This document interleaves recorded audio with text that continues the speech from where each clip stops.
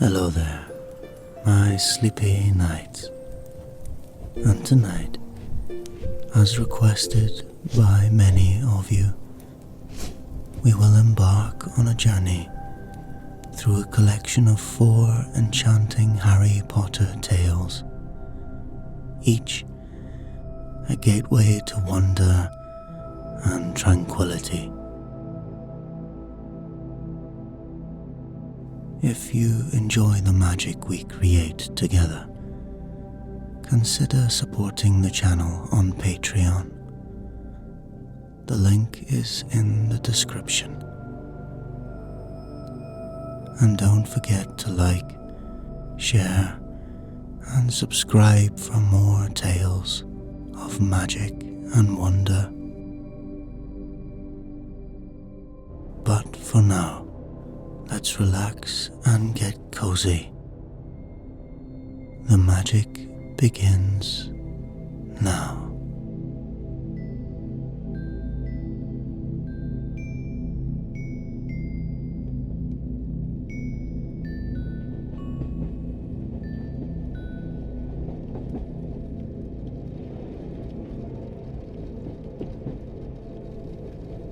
The Hogwarts Express lurches forward, steam billowing past your window in swirling white clouds.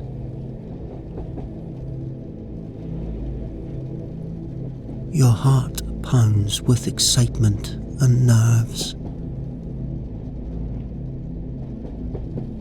It's September the 1st, and you're on your way to your 5th year at Hogwarts School of Witchcraft and Wizardry.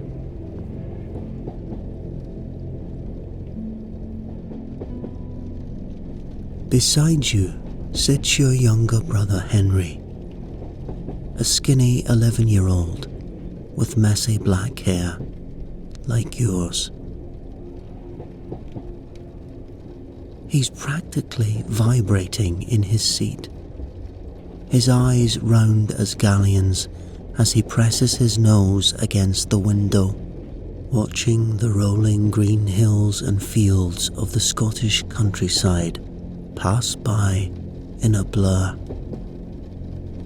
"We're really going, Ellie," he says, turning to you with an enormous grin. "I can't believe it. I'm going to be a wizard."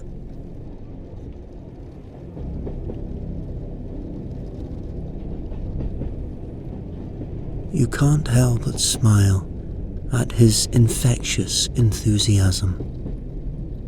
You've always been a wizard, Henry. Now you just get to learn how to use your magic properly. Henry sticks his tongue out at you. "Don't go all prefect on me already. I want to enjoy my last few hours as a free man before they sort me and start loading on the homework." You laugh and ruffle his already messy mop of dark hair. As exciting as today is, you also feel a swoop of anxiety in your stomach as you contemplate the year ahead. This will be your OWL year, with all the dreaded exams that will determine your future career path.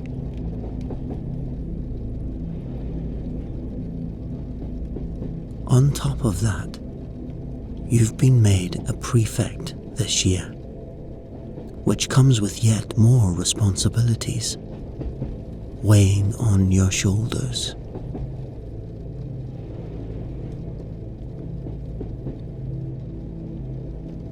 Your thoughts are interrupted by a muffled shout and bang, sounding from a few compartments down. Uh-oh. Sounds like the infamous Weasley twins are up to their usual tricks and mischief. You give Henry what you hope is a confident, reassuring glance. Why don't you just go and explore the train for a bit before we get to Hogwarts? Just try and stay out of trouble. Henry grins impishly. No promises, he says with a wink, before scampering off down the corridor. You settle back against the plush red upholstery of your seat with a sigh, determined to get some studying in before you arrive at school. You open your Defense Against the Dark Arts textbook. But you've only read a single page when the train suddenly lurches violently. Your book tumbles from your hands to the floor as everything goes black. You wake with a gasp, your heart hammering against your ribs. Disorientated, you look around the compartment, trying to get your bearings. Somehow, you're back in your seat, textbook once again open in your lap. Was it all just a strange dream? You peer out the window, the countryside rolling by outside. The green hills and fields look exactly the same as before. Beside you sits Henry, gazing wide-eyed out the window as if nothing happened. What on earth is going on? We're really going, Ellie, says Henry excitedly, turning to you with the same enthused grin as earlier. I can't believe it. You stare at him, mouth agape in shock. It's the exact same thing he said to you before. But how? Unease and nausea twist in your gut. Something very strange is happening here. You quickly urge Henry to go explore the train again, waiting until he's shuffled out of sight to let your calm facade crack. Fear prickles down your spine, and you break out in a cold sweat. The train shudders and jolts again, and your vision once again fades to black. This time when you jerk awake back in your seat, you are ready.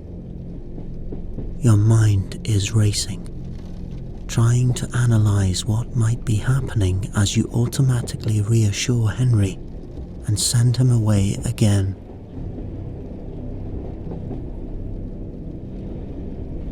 As soon as he's gone, you spring up from your seat. Whatever is happening, you know you need answers. Your heart pounds as you yank your suitcase down from the overhead luggage rack and begin rifling through your things. There must be some kind of clue here somewhere. Your fingers close around a piece of parchment that you're certain you don't remember packing. Hands shaking, you carefully unfold it.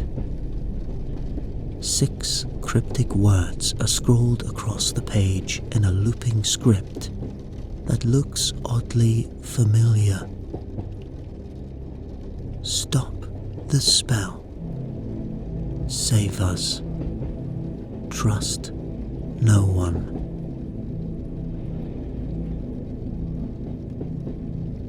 You stare at the note, reading and rereading the short message.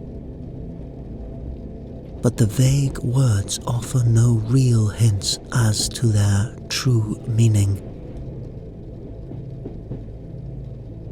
Questions explode like fireworks inside your mind. What spell do they mean? Save who? Is this all some kind of elaborate prank? Or are you losing your mind? You force yourself to take a deep, steadying breath. Anything is possible at Hogwarts, you reason.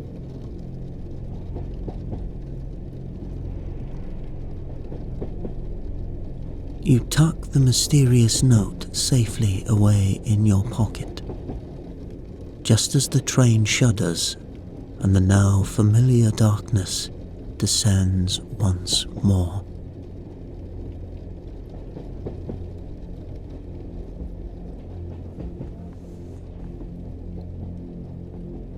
This time when awareness returns, you are ready. As soon as Henry leaves the compartment, you spring into action. It's clear you need to search the train from top to bottom until you uncover some answers about what's happening. You make your way stealthily down the corridor, the plush crimson carpet muffling your footsteps. Most students you pass seem utterly unaware, chatting and playing games normally in their compartments. If only they knew they were stuck in some kind of time loop.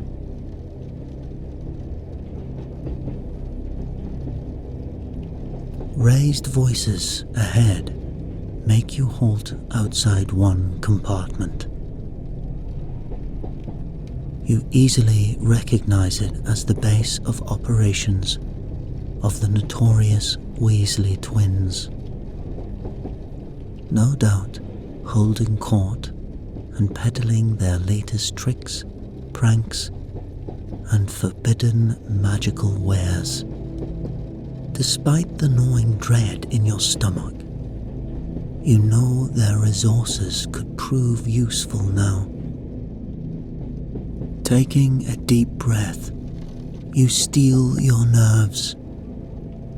You step into the crowded compartment. The red-headed Weasley twins break into identical conspiratorial grins. "Well, hello there," says one. "What can we do?" continues the other. "For a lovely lady like yourself." They finish together in perfect sync.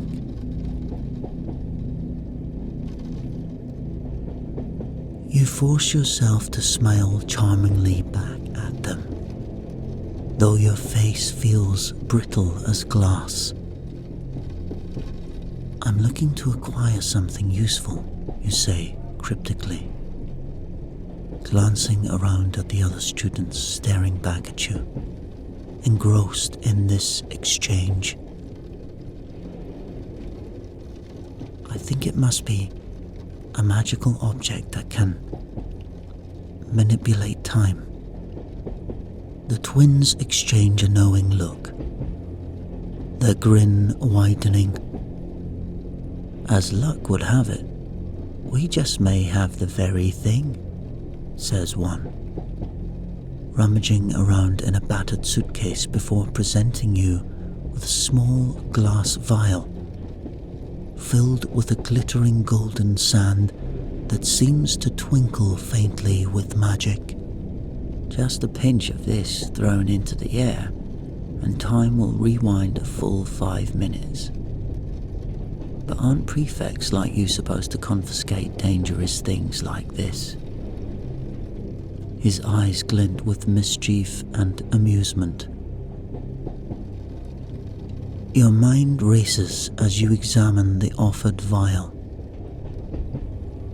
Can this actually help you somehow stop the repeating time loop you seem to be caught in? There's only one way to find out. Decision made. You slip the Weasley twins a few silver sickles from your pocket, hoping the payment and your silence will guarantee their discretion. Clutching your new prize, you thank them hastily and hurry off down the train before they have a chance to change their minds. You're so preoccupied with thoughts about the sparkling time sand, you nearly crash headlong into a tall figure stepping abruptly from a compartment right in your path. After a split second of panic, you recognize the neatly parted dark hair and immaculate uniform. It's Peter, the 7th year Slytherin prefect.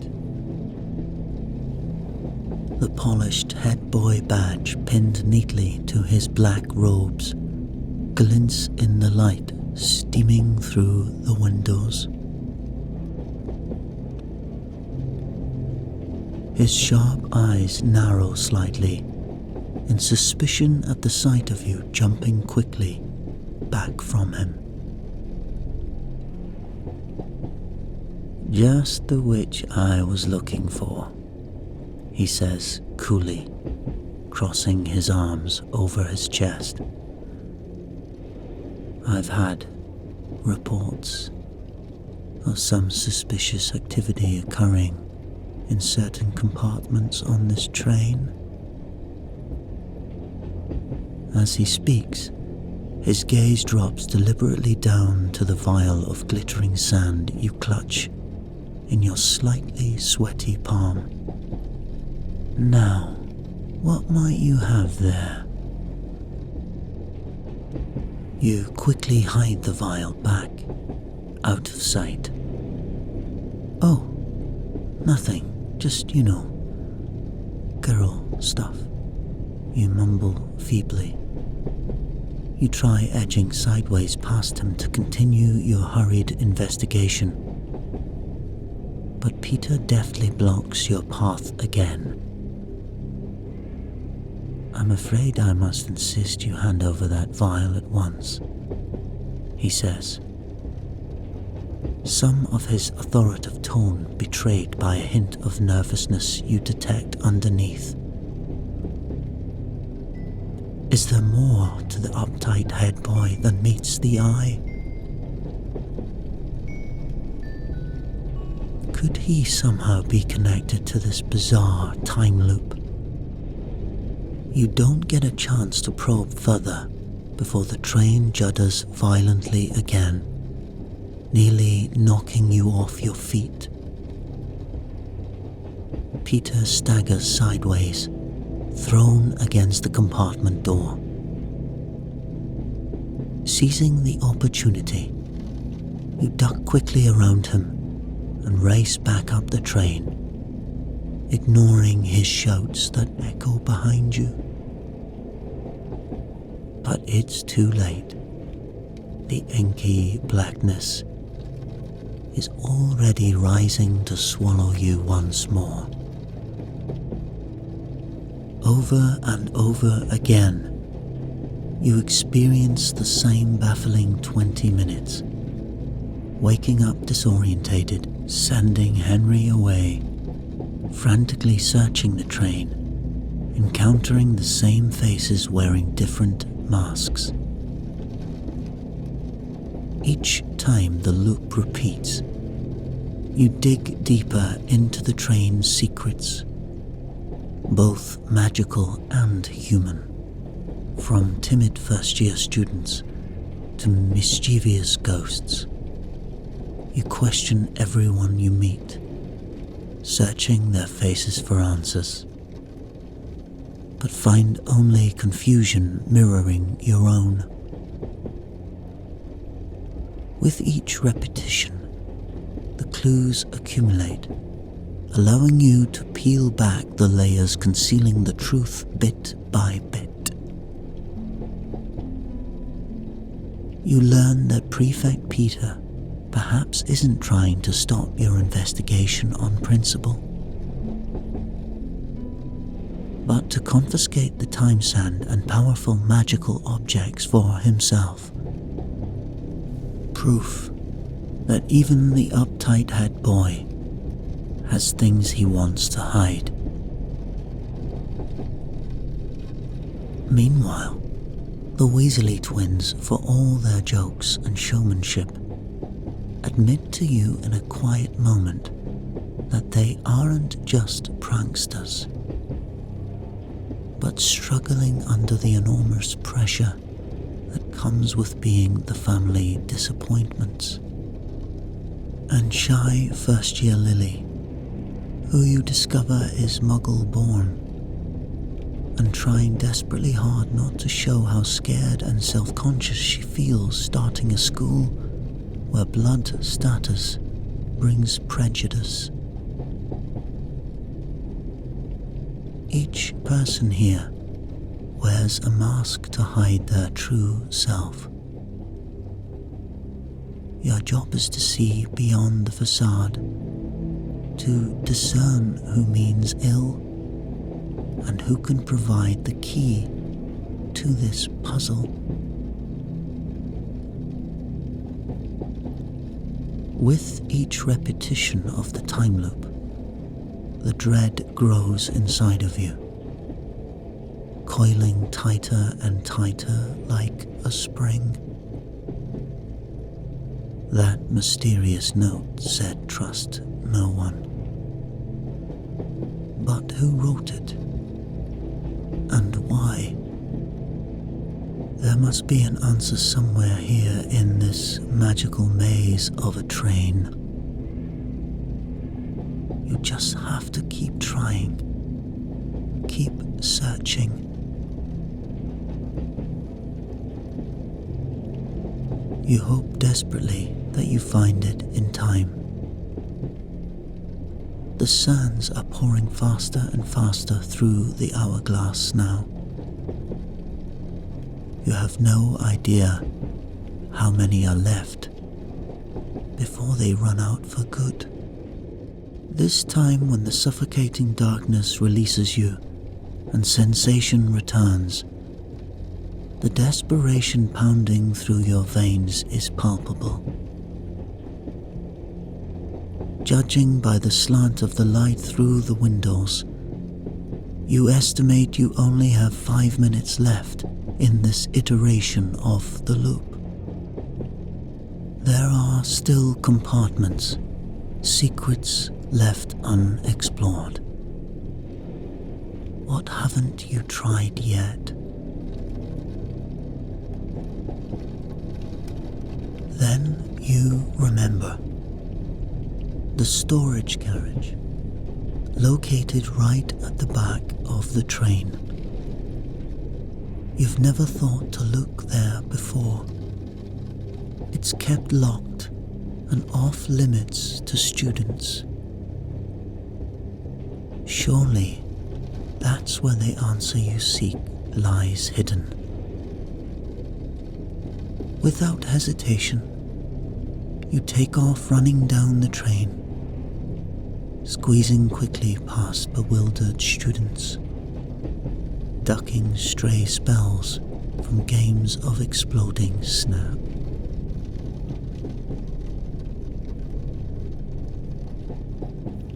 You repeat the now familiar route automatically, each step bringing you closer to the final carriage.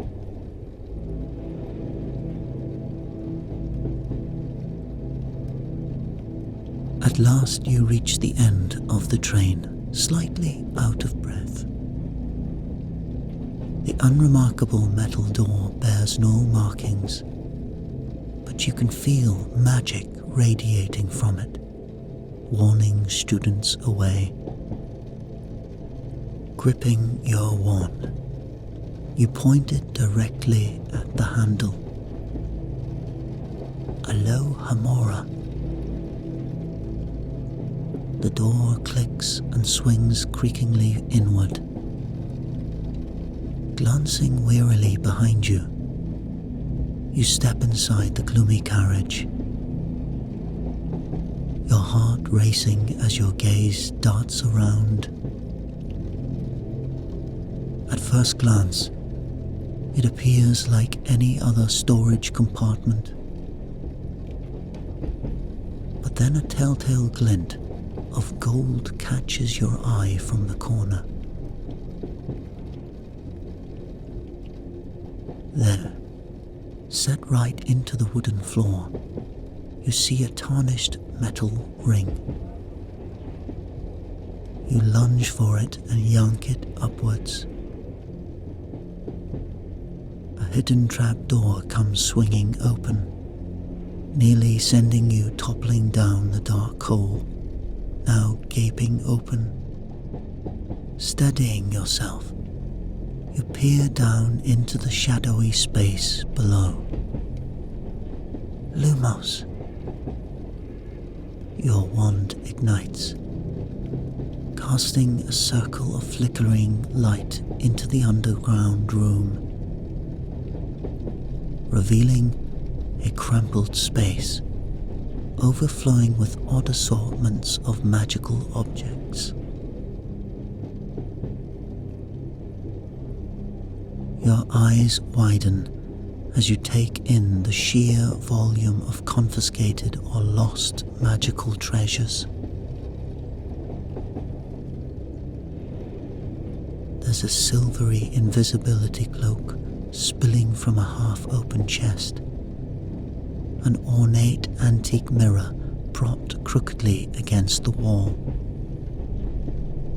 rows of shelves lined with glittering crystal balls, whirring metal gadgets, and other artifacts both wondrous and dangerous. But your breath catches when your gaze lands on the center of the room. There, sitting on a carved wooden pedestal, is a delicate hourglass on a golden chain. Immediately, you recognize it from illustrations in your textbooks. A time turner. An incredibly rare and powerful magical object you've read about, but never seen in person. The sand swirling hypnotically inside the glass spheres seems to glow with an eerie greenish light. This must be it. The source behind the bizarre time loop. Pulse racing. You carefully approach the time turner as if afraid to disturb it. If you could just figure out how to destroy it, perhaps the loop would finally end. You reach out a slightly trembling hand to grasp the hourglass. But at the last second, hesitation holds you back. Is it utterly right to destroy such a priceless and dangerous magical artifact? What unforeseen consequences could that cause? Perhaps there's another way. Your frantic thoughts are interrupted by the sound of approaching footsteps directly overhead. You look up in alarm, wand raised. Seconds later, you see the polished shoes of Prefect Peter descend the ladder. His gaze immediately locks onto the time turner with recognition. He lets out a small hiss of dismay to find you already here. Don't touch that, he commands urgently. I'm warning you. Step away. I desperately need it intact. Anger replaces some of your fear now. As you emerge from your hiding spot to confront him directly, keeping your wand aimed warily at his chest. You know something. What have you done? You demand. Is this loop you're doing? Tell me how to end it. Peter runs an agitated hand through his usually tidy hair. He sighs heavily, his composure crackling slightly to reveal the vulnerability beneath. You have to understand, I never intended harm, he pleads. I only wanted to prove myself, to be the hero for once. His voice shakes slightly, and you detect true remorse.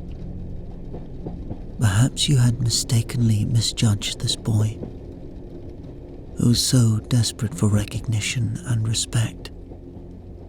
He lost his way. I found a spell to amplify my powers tenfold, Peter continues. But I lost control of it immediately. I knew only a time turner could buy me enough time to set things right before irreparable damage was done. But clearly I've made the situation far worse. He looks at you beseechingly. Please, you must help me reverse the spell and end this before innocent people get hurt. You gaze back at him, feeling both pity and anger, but also understanding. Hurting others would never make him a true hero, but sacrificing his pride to ask for help just might. You nod slowly, coming to a decision. Tell me what to do, you say simply.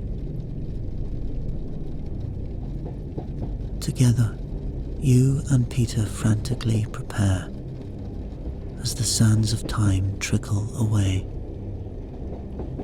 The key, he explains, is the vial of unicorn powder you bought from Fred and George Weasley. The silver glittering powder acts as a potent magical catalyst. Under Peter's guidance, you carefully pour it over the time turner, letting the sand coat the delicately swirling spheres. Then, wands aim together at the magical artifact. You recite the incantation to reverse the amplification spell. Time seems to slow down as you wait breathlessly for something to happen. Then, when the last grain slips down, the time turner begins to shudder violently. Cracks splitting the glass surface as blinding light bursts outwards. You shield your face, bracing yourself against the supernova erupting inches away. When the smoke finally clears, Peter is gone, and the hidden room is still and silent once more. You cautiously open your eyes again The time turner lies shattered into glittering dust. The air feels different, the insidious magic broken. Hardly daring to believe, you climb the ladder up from the trapdoor. Could the time loop finally be over? The corridor appears normal. Students chatting, candy wrappers littering the floor. You glance out the window and see the train is still chugging along. The sun still floating in the same position as before. No jumping back in time. You release a shuddering laugh. Whatever Peter did, whatever magic you stopped together worked. The loop is broken. Overwhelmed with relief, you return to your compartment in a daze. Henry looks up at you expectantly, oblivious to all you experienced since waking up. "We're really going, Ellie," he announces enthusiastically.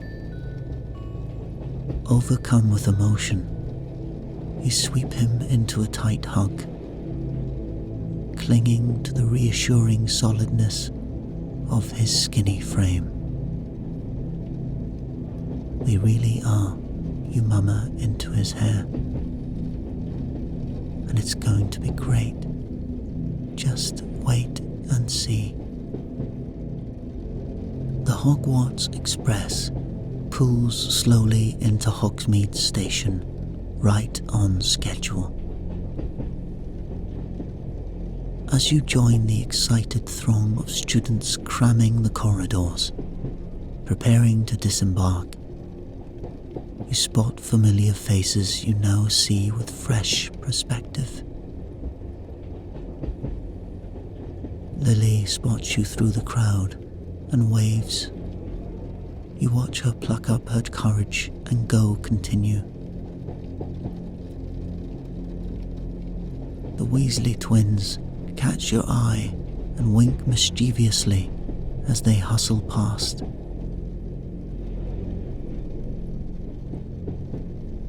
And Peter slips discreetly by, not joining the other prefects gathered on the platform. He catches your eye for a brief moment, offering a small, grateful nod before disappearing into the sea of pointed hats. Your secret binds you now. Stepping off the train into the familiar sights and sounds of Hogwarts fills you with a profound relief. The bizarre time loop changed you, forcing you to look beneath the superficial and see the vulnerabilities that connects you all. You hold these insights like precious jewels close to your heart as you step forward to face the coming year, no longer intimidated by what lies ahead.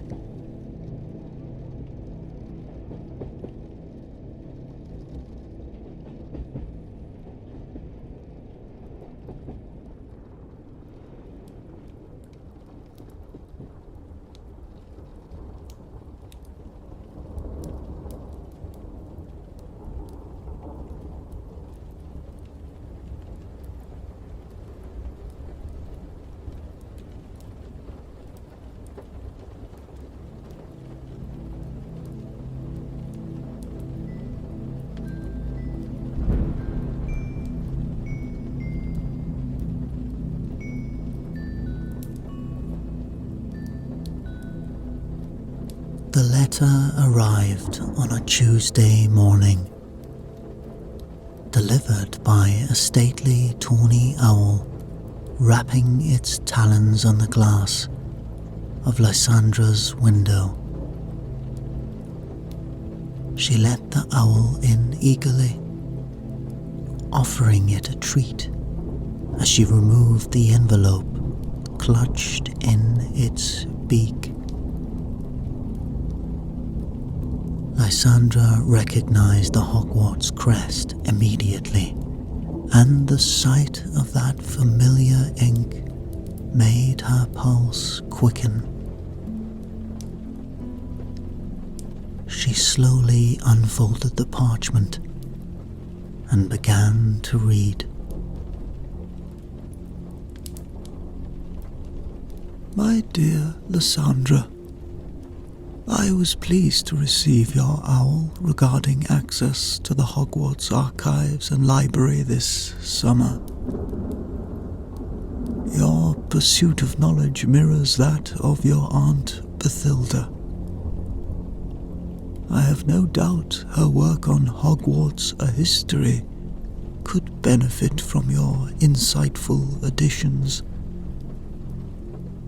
You have my permission to stay at the castle and utilize the library resources, including the restricted section, as you complete your research.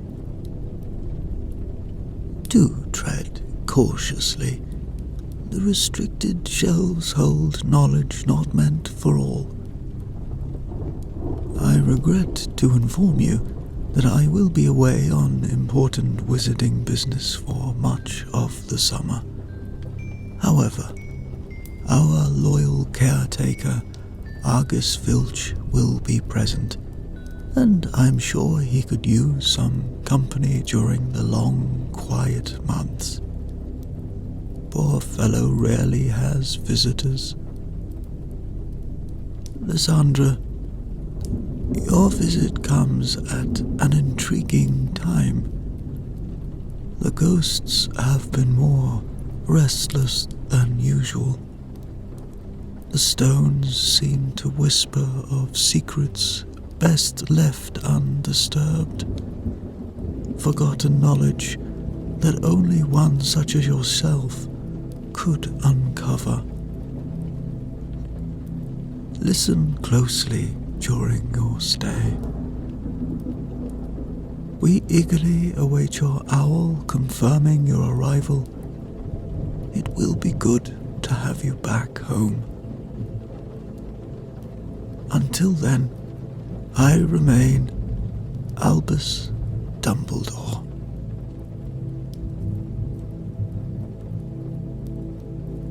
Lysandra carefully refolded the letter, a scholar's curiosity wearing with a sense of foreboding. She glanced around at her cluttered flat, already imagining the books piled high in the Hogwarts library. What secrets still waited within those walls?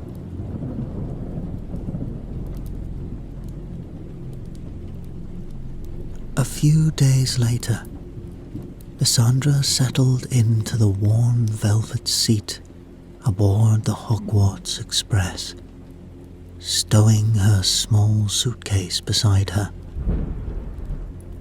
She was the train's sole passenger.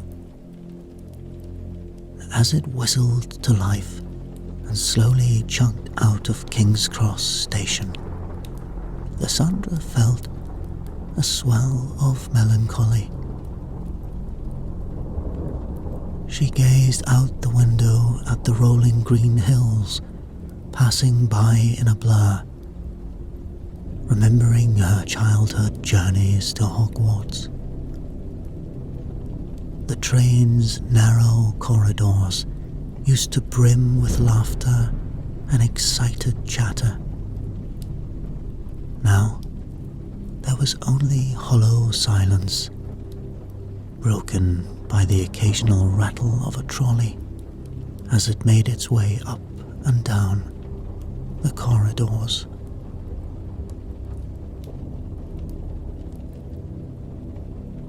Lysandra was a descendant of Bathilda Bagshot, the author of Hogwarts: A History.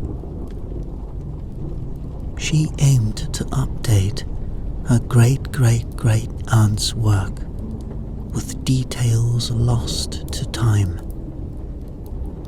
Bathilda's published tales were whimsical and light, skating over the darker mysteries shrouding the ancient school. Lysandra hoped to unravel some of these secrets and preserve them for future generations.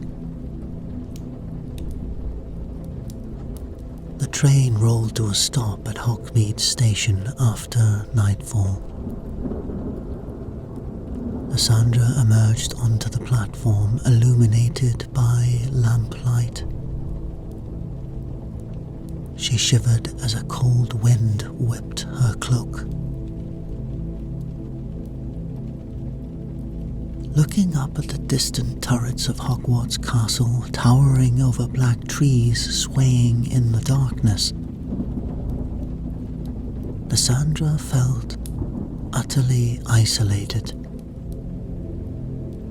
She had never been here during the summer months.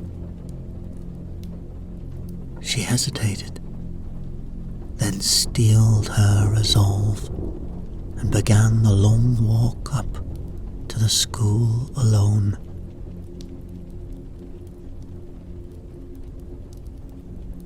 The massive oak doors creaked open to Lysandra's touch. "Hello?" she called tentatively. Only silence answered. Her footsteps echoed through the carnivorous entrance hall as she made her way deeper into the castle, lantern held aloft. The familiar halls had never seemed so cold, so empty.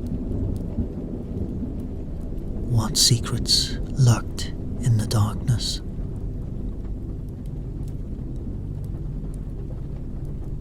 Lysandra wandered in the dark halls aimlessly, growing more uneasy.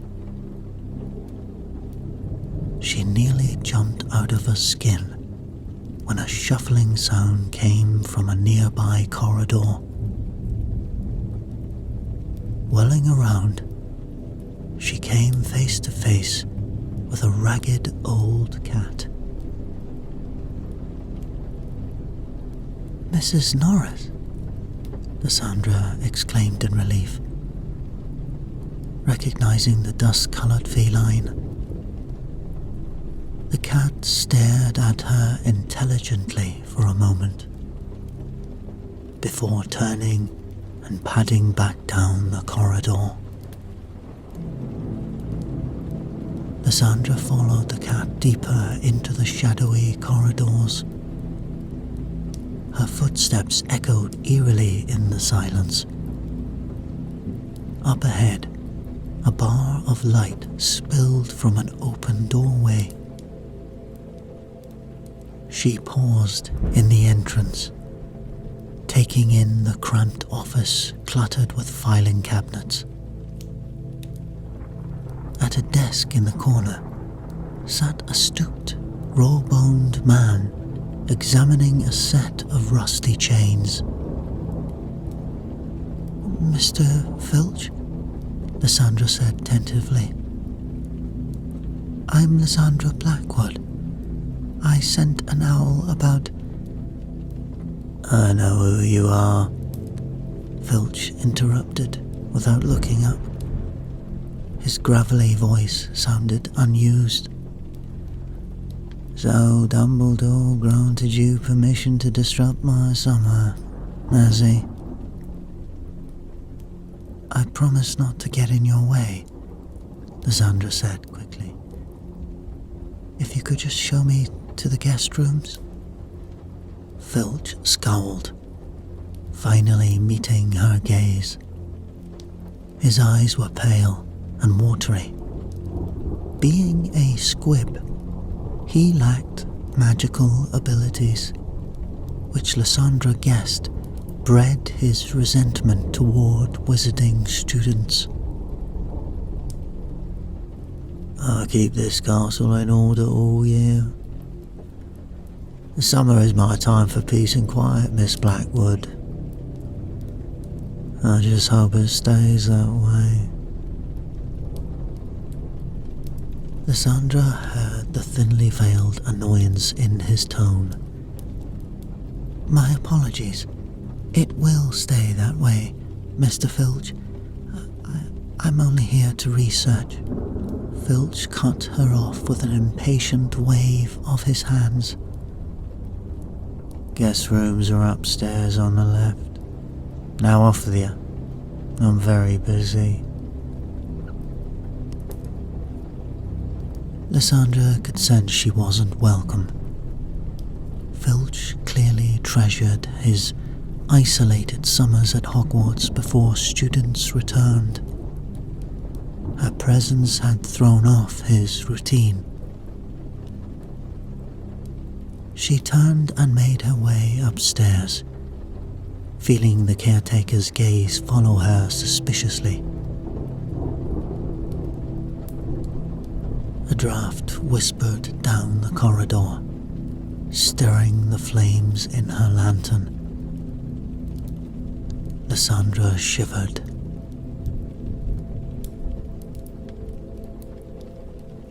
The next morning, Lysandra descended to the great hall for breakfast. She paused in the doorway, taking in the 4 long, empty house tables. At the far end, she spotted Filch sitting alone eating porridge. She debated at whether to say good morning, but he didn't even glance up at her once. Lysandra took a seat at the Gryffindor table, far enough away from Filch, and helped herself to toast and jam. The sound of clinking silverware echoed off the stone walls. Neither she nor Filch spoke.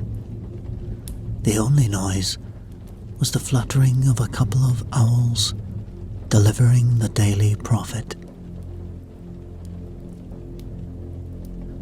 Finishing her pumpkin juice, Lysandra stood, and without thinking she said, "I'll be in the library all day if you need anything, Mr. Filch." She immediately regretted opening her mouth. Filch merely grunted in reply, not looking up from his porridge. Lysandra left the caretaker to his solitary meal. The walk to the library reassured her. She knew the promise of dusty old books waited within, full of history and knowledge. Their comforting pages could transport her imagination far from the uneasy silence that had settled over the castle.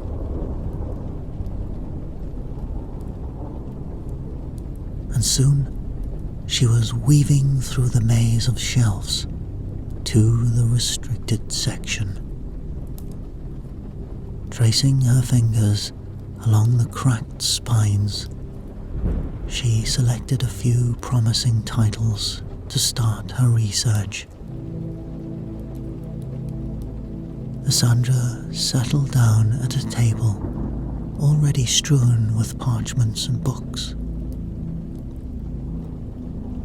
Soon she was completely engrossed, taking meticulous notes on details on how to add to Bathilda's manuscript. Lysandra spent long nights poring over text in the library's restricted section.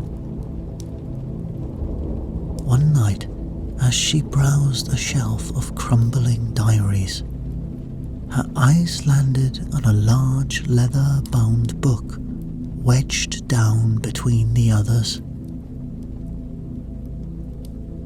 Pulling it out, Lysandra saw the title etched in peeling gold letters. Hogwarts, a History. Research Notes by Bathilda Bagshot. Her heart leapt. This must be Bathilda's original research for her book. With trembling hands, Lysandra opened the heavy book. Frayed parchment pages were filled edge to edge with Bathilda's slanted scrawl, annotations crammed into every margin. Sketches of castle architecture and floor plans accompanied some passages. As Lysandra gently turned the fragile pages, several folded letters slipped out and fluttered to the table. Lysandra's hands trembled as she unfolded the brittle parchment letters. The first was written in Bathilda's looping scrawl. Dear Phineas, my research into Hogwarts origins has led me down unexpected paths. There are whispers amongst the portraits and ghosts of an ancient evil that lurks within the castle. One even the founders of Hogwarts could not destroy. They call it the Entity. Have you heard mention of this from past headmasters? Any information you could provide would be invaluable to documenting a comprehensive history of Hogwarts. I'm afraid this is deeper and darker than I initially realized. Please owl me at your earliest convenience. Yours sincerely, Bathilda. The reply from Headmaster Black was short and urgent. Bathilda, do not speak of the Entity, especially not in your book. Some secrets are better left in the dark. Yours, P.N.B. Lysandra's pulse quickened. The headmaster's terse warning only heightened the mystery. She quickly checked the dates. This exchange happened over a century ago. What was this entity Bathilda had uncovered in her research? And why was the headmaster so insistent it remain hidden? Lysandra's mind raced as she left the library, clutching Bathilda's research notes. The vague references to the entity had sparked more questions than answers. She hurried back to her room, eager to further examine the book. Lysandra lit the oil lamps with a wave of her hand and settled down at the old wooden desk by the window. The first 100 pages or so contained Bathilda's initial background research.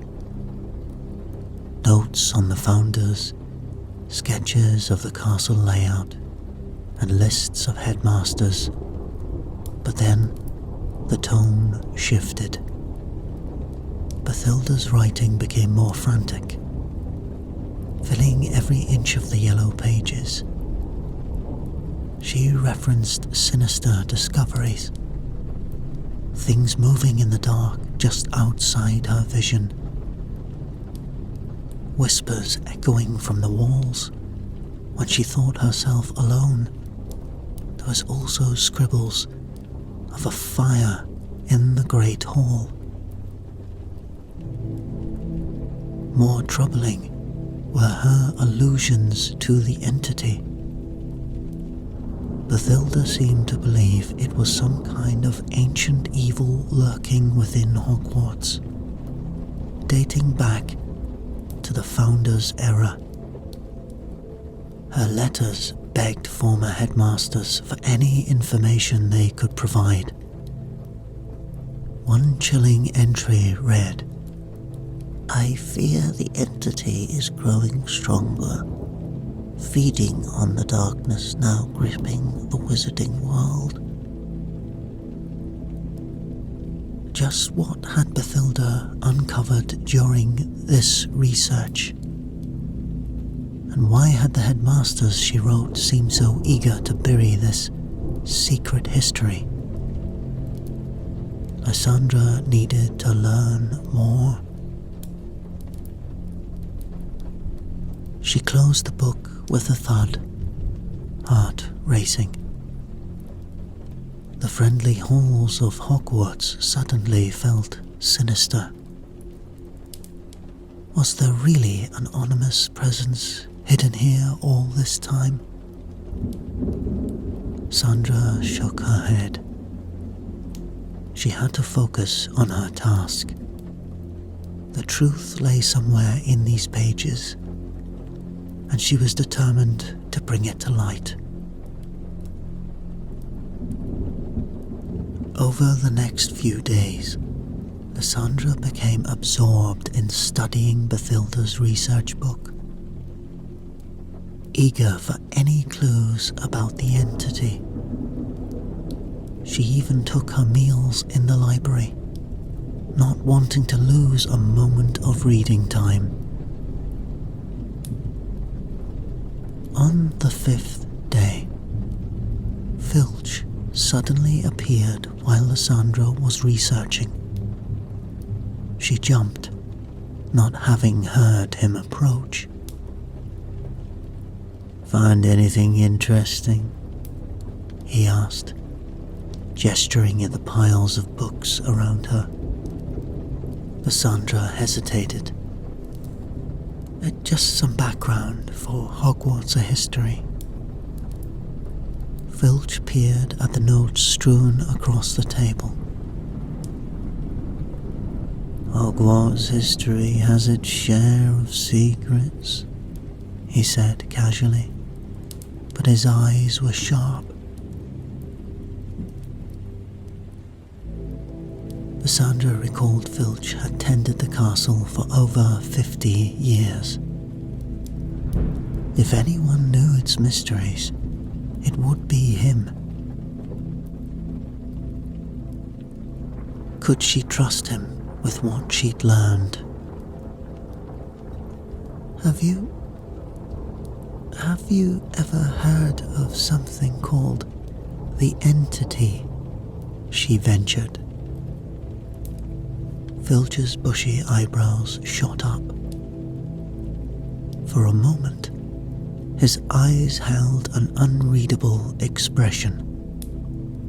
But then he schooled his features. "There's no point in dwelling on school legends," he grunted. "Superstitious nonsense if you ask me." He walked off into the shadows. But Lysandra detected a shift behind his nonchalant facade. Filch clearly knew more than he let on about this hidden history. After another few hours studying, she left for her room. Lysandra's hurried footsteps echoed down the empty corridor as she made her way back from the library, very late at night. The only light came from the flickering torches lining the walls, casting dancing shadows across the stone. Lysandra quickened her pace down the corridor, eager to return to the safety of her room. Without warning, the torches extinguished, plunging her into pitch blackness. She froze on the spot, pulse racing. Suddenly, a faint whispering sound came right next to her ear. "Lysandra."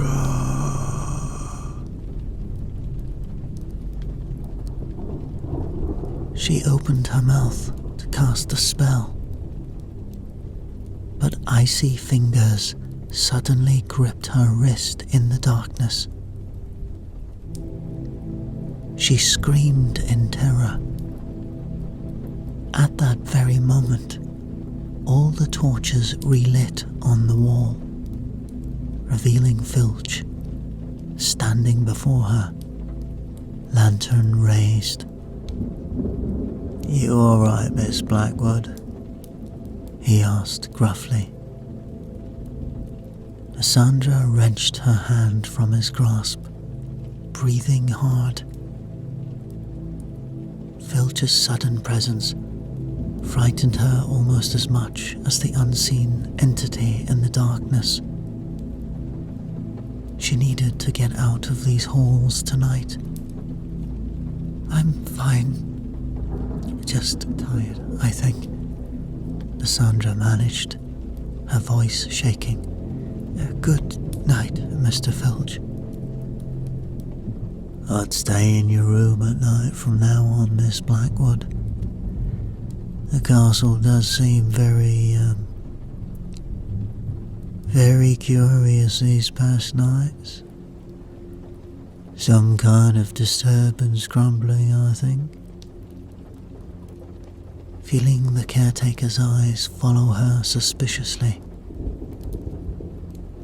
Lysandra broke into a run once out of sight, desperate to reach the safety of her own room. But she couldn't escape the lingering chill of that icy grip on her wrist, or the feeling that the entity's unseen presence still clung to the shadows. Lysandra rushed back to her room, slamming the door behind her. She leaned against it, catching her breath as she lit the oil lamps with a wave of her wand. Settling at her desk, Lysandra carefully turned the worn pages of Bathilda's research. Near the back, she found a passage that made her blood run cold. "I have glimpsed the entity that haunts the castle. Its visage chills my soul. A shifting, formless mass of swirling darkness. Its rasping whispers speak of vengeance against all who draw too close to its buried secrets. It knows I am unraveling its hidden past, and it will stop at nothing to remain obscured." The book slipped from Lysandra's shaking hands. This was no benevolent presence, but a sinister evil intent on keeping its existence concealed. Had her presence alone awoken something that meant her harm, something that could emerge from the shadows again at any moment. Over the next few days, Lysandra thought she noticed a gradual but disturbing change in Filch. At first, Lysandra thought little of the caretaker's increased lingering around the library while she studied. But gradually, she noticed Filch appearing more and more frequently whenever she was in the library, always feigning coincidence. Lysandra couldn't shake the feeling of being watched now.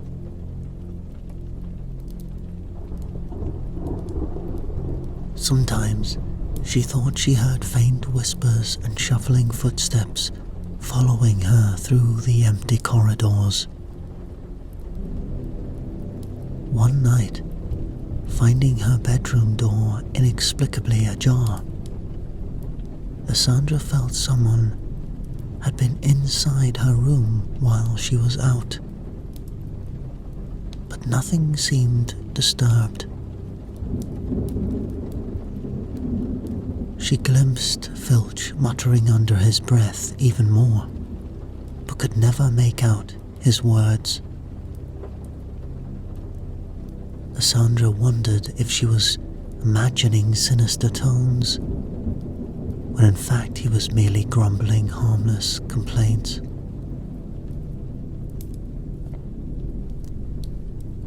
Deep down, though, she sensed these incidents were connected to her ongoing investigation into the entity.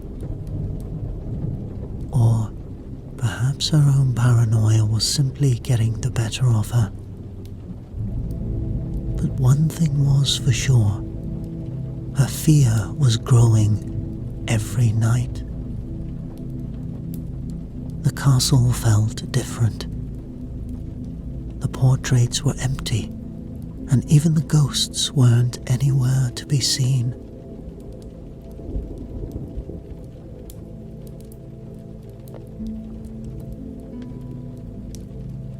Lysandra awoke with a start late one night to the sound of a distant crashing and banging. Heart pounding, she lit her wand and hurried into the dark corridor. As she approached the great hall, a noise grew louder, mixed with shouts. Bursting through the tall doors with wand raised, Lysandra stopped short. Filch stood on the teacher's desk, using his tattered overcoat to smother flames rising from the Gryffindor table. He whirled around, face red from exertion and eyes wide. "Fire," he rasped. "Fire." Lysandra rushed over to help, using a spell to douse the last smouldering embers. "This is no accident, Miss Blackwood," Filch growled, gesturing at the smouldering tables. "Strange events have plagued the castle since your arrival." Lysandra felt a chill. "What are you implying?" Filch's eyes bore into hers. "Years ago, your Aunt Bathilda came nosing around, stirring up secrets better left alone. Her meddling awakened something too. An ancient darkness." Sandra's pulse quickened. "The entity," she whispered. Filch nodded grimly. "I think maybe your presence has roused it again. Its power grows. I can feel it." Lysandra hesitated, then retrieved Bathilda's research from her robes. showing Filch the passage about the entity's vengeful whispers. I found this in her notes, but any clues about the entity's origins were destroyed.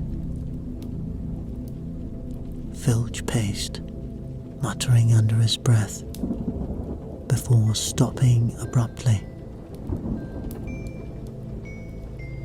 The library restricted section. If answers exist, that's where we'll find them. Together, they scoured the dusty shelves until Lysandra discovered a worn text called The Founder's Fables. Lysandra carefully turned the ancient pages, studying the unsettling tale.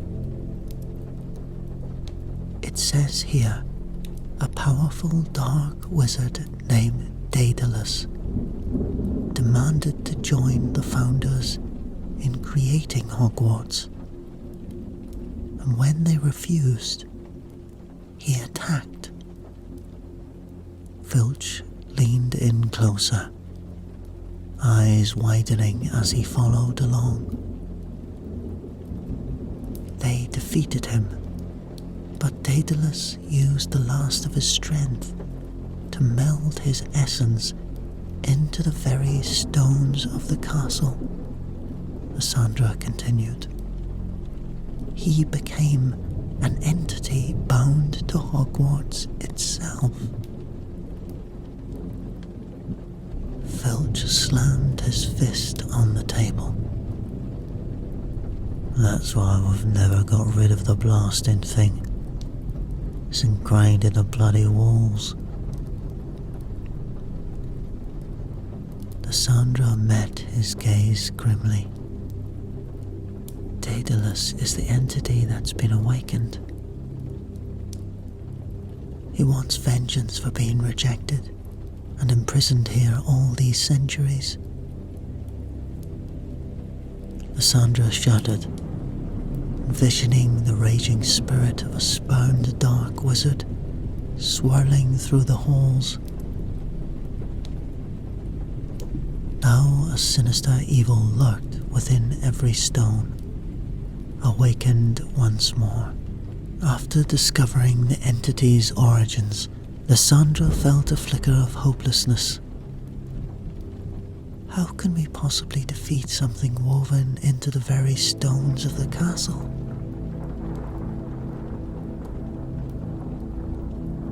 Filch paced, brow furrowed in thought. Then he stopped abruptly.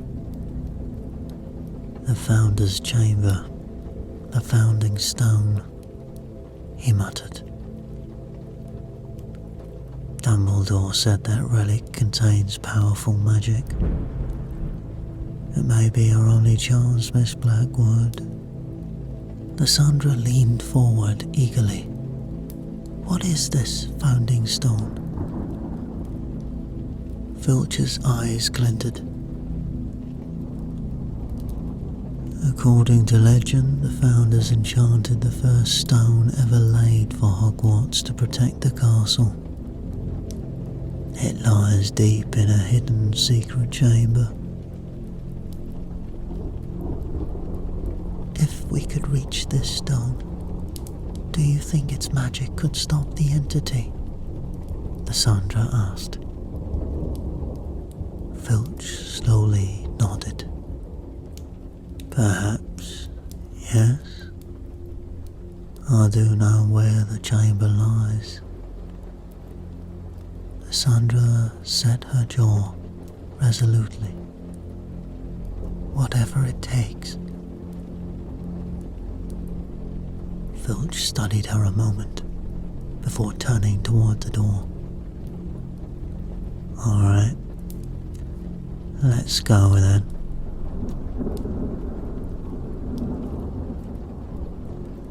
Lysandra felt a spark of hope as she followed Filch out the door. Perhaps the ancient magic of Hogwarts itself help defeat this evil that had awakened within its halls. Filch lit a lantern and led Lysandra deep into the castle's underbelly. Through twisting passages and down crumbling staircases.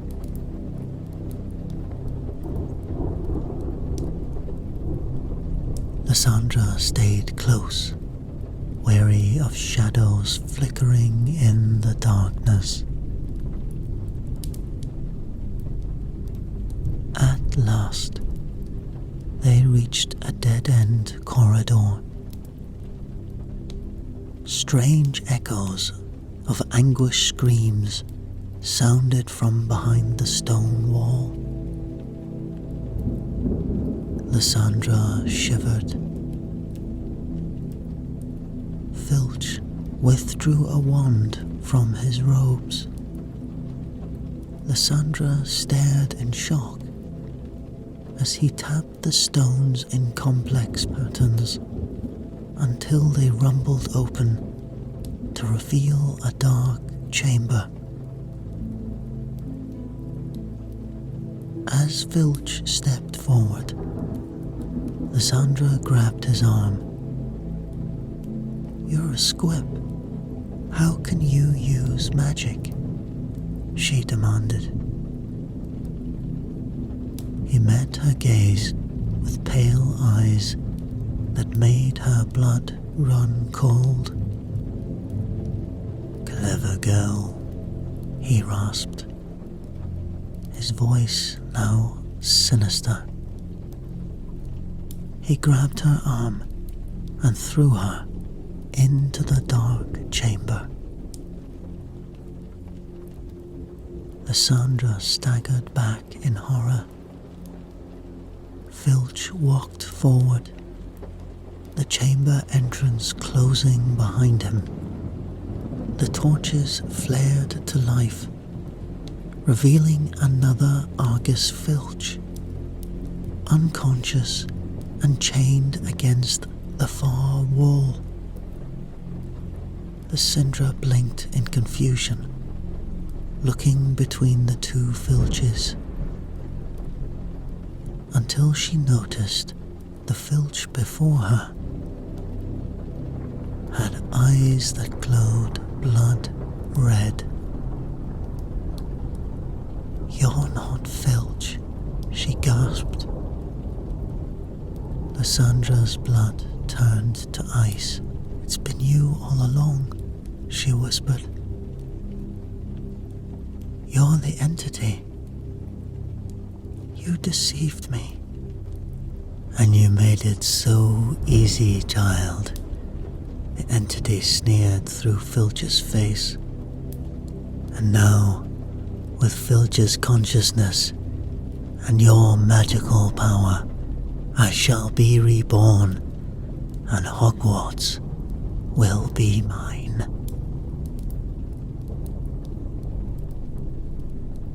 It advanced toward her, each step making the air grow colder. Lysandra stumbled back, groping for her wand with shaking fingers. She had delivered herself straight into the hands of this ancient evil. "Now this castle shall finally be mine," the entity rasped, Filch's face twisting into a hideous smile. Lysandra screamed as it reached for her, the sound echoing off the chamber walls. Entity raised its wand, shooting a spell. Lysandra dove behind a stone pillar as the entity sent a blast of energy at her. She peered around the edge and aimed her wand. Stupefy. The spell just missing the entity.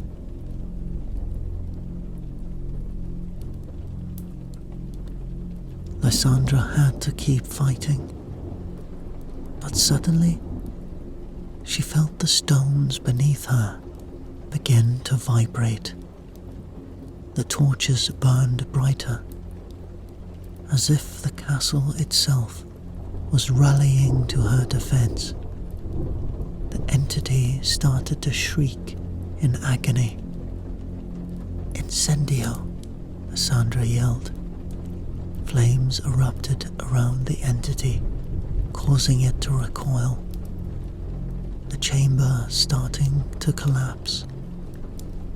"You cannot stop me, child," it rasped. "I am eternal."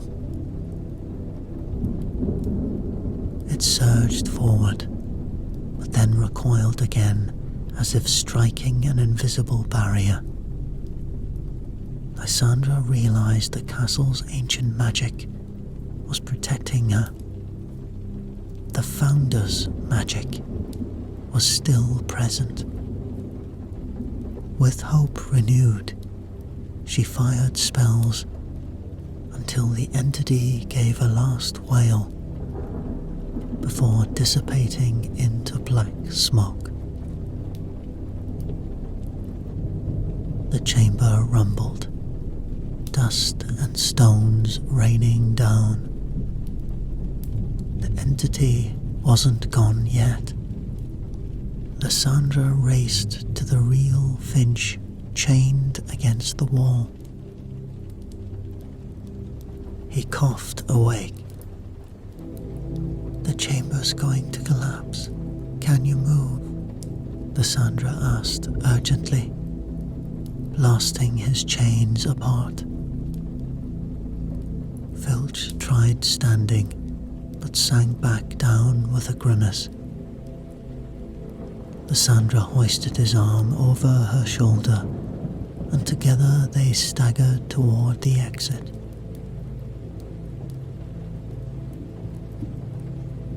The corridor was starting to crumble, huge chunks of stone crashing down around them. Lysandra grunted with exertion, half carrying Filch along. With a final burst of effort, they dove through the doorway, seconds before the entire chamber collapsed. Lysandra lay gasping on the ground with the real Filch. They had made it out alive. The entity sealed again for now. Filch looked up at her. "Thanks for that. What's your name then?" "It's Lysandra Blackwood." "How long have you been in there?" "I think about 6 months at least." "Let's get you to the medical wing." Lysandra awoke slowly, blinking against the brightness. She was lying in a chair in the Hogwarts hospital wing. Morning sunlight streaming through the windows. "Ah, you're awake," came a familiar voice. Lysandra turned to see Albus Dumbledore seated beside her, his eyes twinkling behind his half-moon spectacles. "Professor Dumbledore?" Lysandra asked groggily. "I see you and Mr. Filch had quite the summer. The castle informed me of the entity's return the moment I arrived this morning." At the mention of Filch, Lysandra sat up and quickly looked over at him. In the bed beside her lay Filch, still unconscious but breathing evenly. "Is he Is he going to be okay? He will recover thanks to you, Dumbledore said gently. Poppy healed his wounds. He just needs rest now. Lysandra exhaled in relief. After facing the entity's evil together, she had grown to respect Filch and his devotion to Hogwarts. I'm proud of you both, Dumbledore continued. You showed great courage and quick thinking last night. Hogwarts is safe again because of you. I look forward to reading about it in the new edition of Hogwarts A History. Although, maybe Bathilda was right, of course. Dumbledore rose from his chair. Maybe some secrets belong in the dark. However, that decision is yours, Miss Blackwood. Dumbledore left the hospital wing. The horror of the entity was finally over. A new chapter in Hogwarts history had been written. Though Lysandra suspected this tale would remain untold for a long while yet.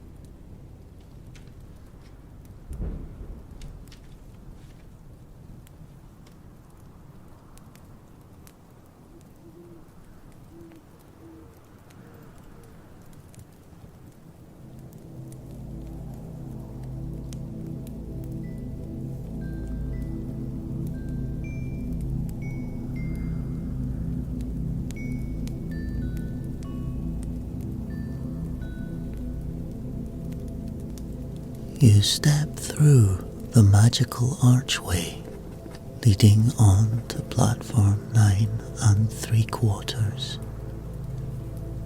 heart hammering with excitement. This is the moment you've been waiting for. The chance to finally escape your dreary life at the orphanage and embrace your destiny as a young witch. Clutching your Hogwarts acceptance letter, you gaze around in wonder at the scarlet steam engine waiting to whisk you away to a new world. You drag your battered trunk onto the train and begin searching for an empty compartment. Most are already full of chatting students reconnecting after the summer. Finally, you find one at the very end, occupied only by a round-faced boy. Mind if I join you? You ask. Everywhere else is full. The boy looks up eagerly. Not at all. I'm Nigel.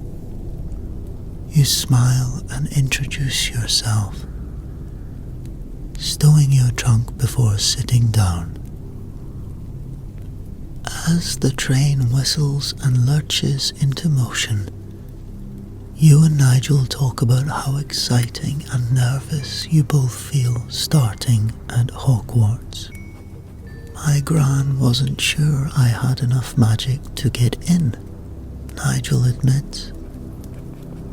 Little stuff would happen around me sometimes, but not as much as in most wizarding families. She was worried I might be a squib. You assure him you know nothing of magic yet either, having grown up in a dreary Muggle orphanage.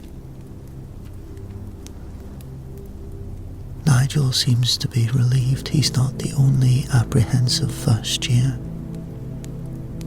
Outside the windows, cityscapes give way to green fields as you speed farther north. You buy treats off the trolley cart and share them with Nigel, your new friend.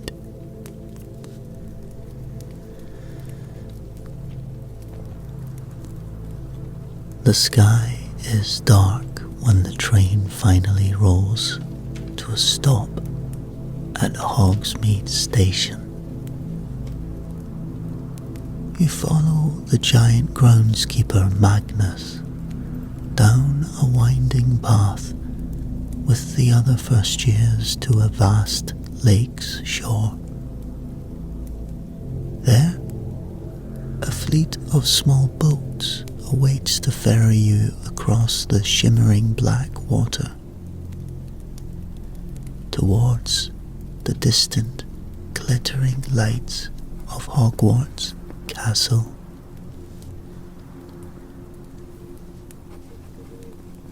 As the boats glide smoothly forward, an odd hush falls over the students.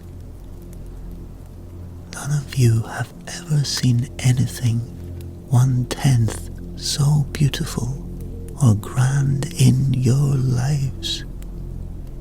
Inside the carnivorous entrance hall, stern Deputy Headmistress Professor Iona explains about the 4 Hogwarts houses: Gryffindor, Slytherin, Ravenclaw, and Hufflepuff. While here, your house will be like your family, she informs you briskly. Your heart hammers as Professor Iona leads you into the candlelit Great Hall to be sorted under the ancient wizard's hat. One by one, first years are called up to sit on the rickety stool before the hat announces their new house. Nigel is called. You cross your fingers as he stumbles up apprehensively. After a pause, the hat proclaims Gryffindor to loud cheers from the Gryffindor table. Nigel shoots you a relieved grin before joining his new housemates. At last, your own name rings out. Artemis. Taking a deep breath, you walk shakily forth and lower the frayed hat onto your head. After a moment, a small voice whispers mysteriously into your thoughts. Cunning and ambition, balanced by a hidden kindness. You shall do well in Slytherin. Grinning excitedly, you hurry to the emerald and silver-draped Slytherin table, proudly taking your place among the cheering students under the green banners bearing the serpent emblem. Looking around at the animated faces surrounding you, for the first time, you feel truly like you belong somewhere. This will be your home. As the start of term feast appears suddenly on golden plates up and down the tables, you dig in hungrily to the sumptuous fare, the likes of which you've never seen before. The ghost of the Bloody Baron pauses behind you, chuckling oddly. "Welcome, young serpent," he rasps, before continuing his patrols down the table. You chat eagerly with the Slytherin prefects about your classes and professors. Already, Potions Master Severus Grey sounds very intimidating. After the feast concludes with decadent puddings, the prefects lead you down to the drafty dungeons and through a concealed stone door behind a tapestry into the Slytherin common room. Green glass lamps and a crackling fireplace make the underground space feel cozy and inviting. The plush black leather sofas and high-backed chairs offer a comfortable place to relax or study. Through the thick glass windows set at ground level, you glimpse faint green light rippling from the lake's depths just beyond. The girls' dormitory lies at the base of a twisting stone staircase winding down even deeper underground. Inside the elegant room, you find your battered trunk waiting beside one of your 4 poster beds, its luxurious emerald curtains closed. Too excited to sleep yet, you chatter quietly with your new housemates whilst unpacking your few possessions. Hogwarts already feels more like home than anywhere you've ever lived before. You can't wait to begin lessons tomorrow morning. The first week leaves you dizzy, trying to learn the castle's eccentric geography and avoid its trick stairs and false doors. You eagerly tackle every new magical class. Diminutive Charms Master Professor Flickwick teaches you to make objects hover and fly using the Wingardium Leviosa spell. You succeed on your first try, proudly making your feathers soar all the way to the ceiling, and even earning 5 points for Slytherin. However, Transfiguration proves more difficult under stern Professor Iona's gaze,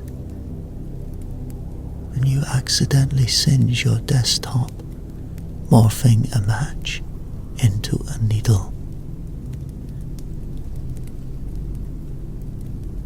Do take care to not let your raw talents run wild, yes? Iona remarks with a thin smile. Your lessons continue with herbology in the greenhouses, history of magic lectured by ghostly Professor Binns, and defense against the dark arts, your favorite subject so far. But you long for Thursday afternoons most of all, when flying lessons with Madam Flight commence. As you soar over the Quidditch pitch, you feel your first taste of true freedom like a bird released from a cage. During those brief moments aloft, all your worries and sense of not belonging melt away. Despite your enthusiasm for classes, your occasional erratic bursts of untamed magic grow more frequent throughout the term. Objects unexpectedly shatter, or papers ignite when your emotions run high. The unsettling episodes leave you shaken and fill the professor's eyes with unease. You hope desperately someone here can teach you to control these frightening powers, threatening to overwhelm you. But how can you ask for help when you barely understand them yourself? The first term flies by in a blur of magical discoveries. Before you even know it, Christmas holidays are fast approaching. Most students eagerly discuss their holiday plans, but your heart sinks, realizing you have nowhere to go as an orphan. When sign-up sheets are posted by students for staying through the break, you add your name with a pang of envy as your friends chatter about the long-awaited family reunions and celebrations.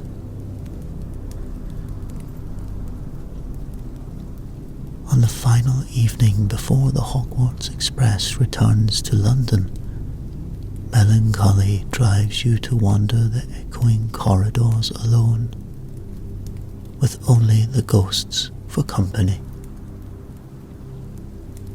Most of the portraits call out cheerfully early Christmas greetings as you pass, but you only nod politely, preoccupied with brooding thoughts. Your aimless steps eventually carry you to the library,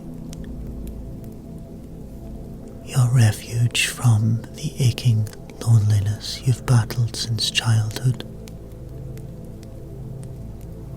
Among the dusty stacks and leather-bound tomes, you find familiar comfort. Curling in a window nook with a heavy spellbook, you try focusing on its aged pages. But reading cannot distract you for long from the creeping emptiness settling around your heart as snow falls steadily outside the foggy glass. You know once the other students depart in the morning, the isolation here will feel suffocating. These bleak thoughts cling like gathering cobwebs until faint music reaches your ears. The gentle, melancholy notes of a piano. Drawn by these soothing sounds, you set your book aside to investigate, wandering through the shadowy shelves towards the sound. It leads you to a cozy corner you've never explored before, with a crackling fireplace surrounded by plush armchairs and sofas.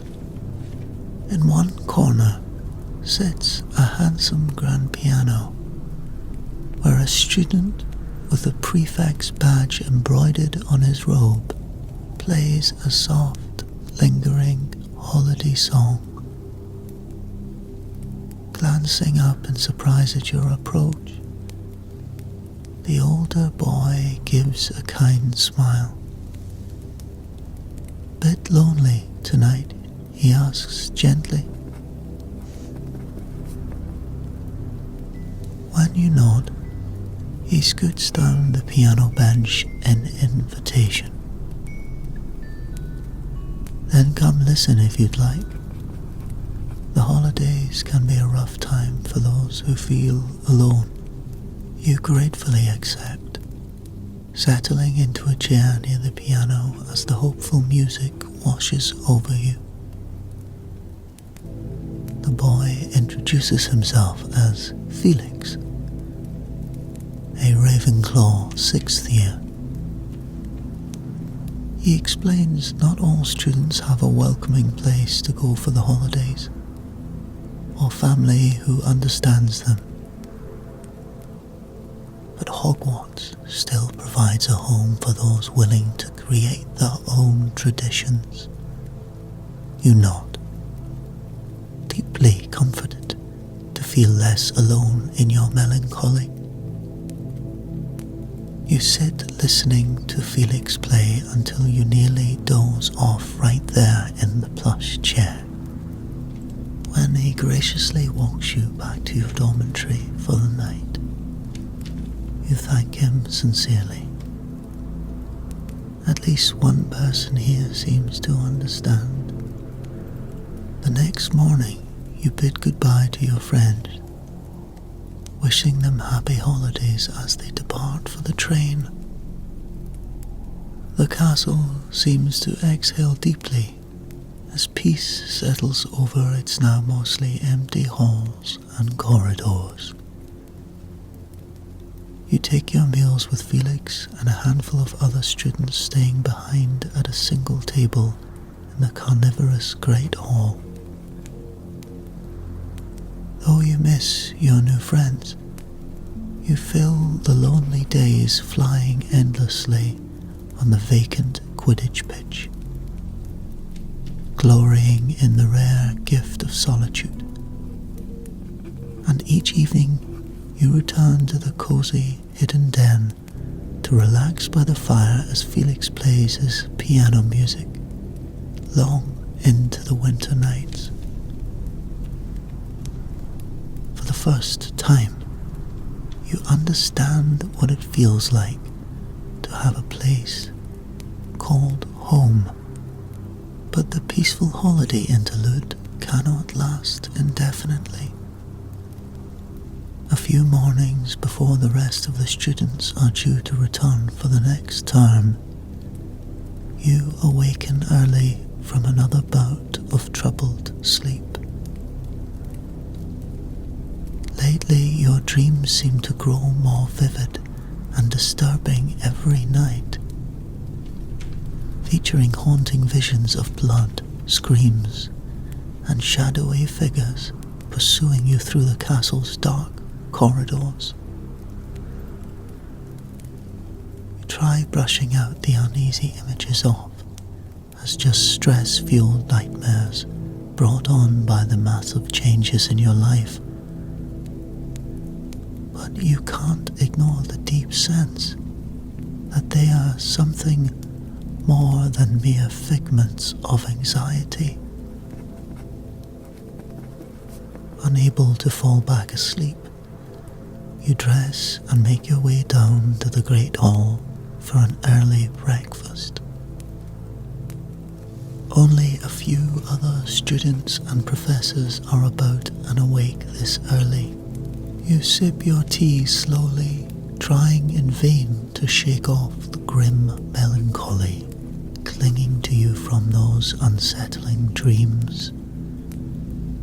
But you cannot suppress the lingering feeling of dread they sparked. Pain suddenly explodes across your forehead near your temple. A searing agony unlike anything you've experienced before. With a gasp you double over, clamping both hands over the source. It feels as if a hot spike is being driven right between your eyes. Through watering eyes you glimpse the teachers rushing over in alarm. Professor Grey reaches you first, gripping your shoulders with urgent concern. "What's wrong?" he demands, scanning your face closely. Unable to form words through the haze of pain, Professor Gray's already grave face pales further at the sight of you. "Come with me at once," he orders tersely, already steering you firmly from the hall. "There are matters we must discuss." Professor Gray leads you swiftly through the empty torchlit corridors to his office in the dungeons. You sink gratefully into a chair by his desk. Gray paces before you, his expression deeply troubled.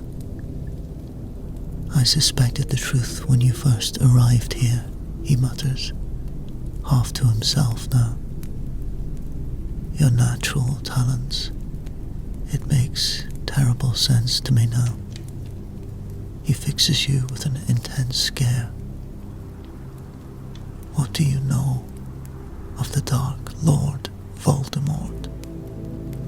Confused and unsettled by the professor's urgent gravity around this wizard who seems only a grim legend. "Very little. Only that he was an evil sorcerer who tried to take over the magical world years ago. But he was destroyed somehow, wasn't he?" Gray nods slowly, face edged with grim sorrow. "Supposedly destroyed, though at great cost.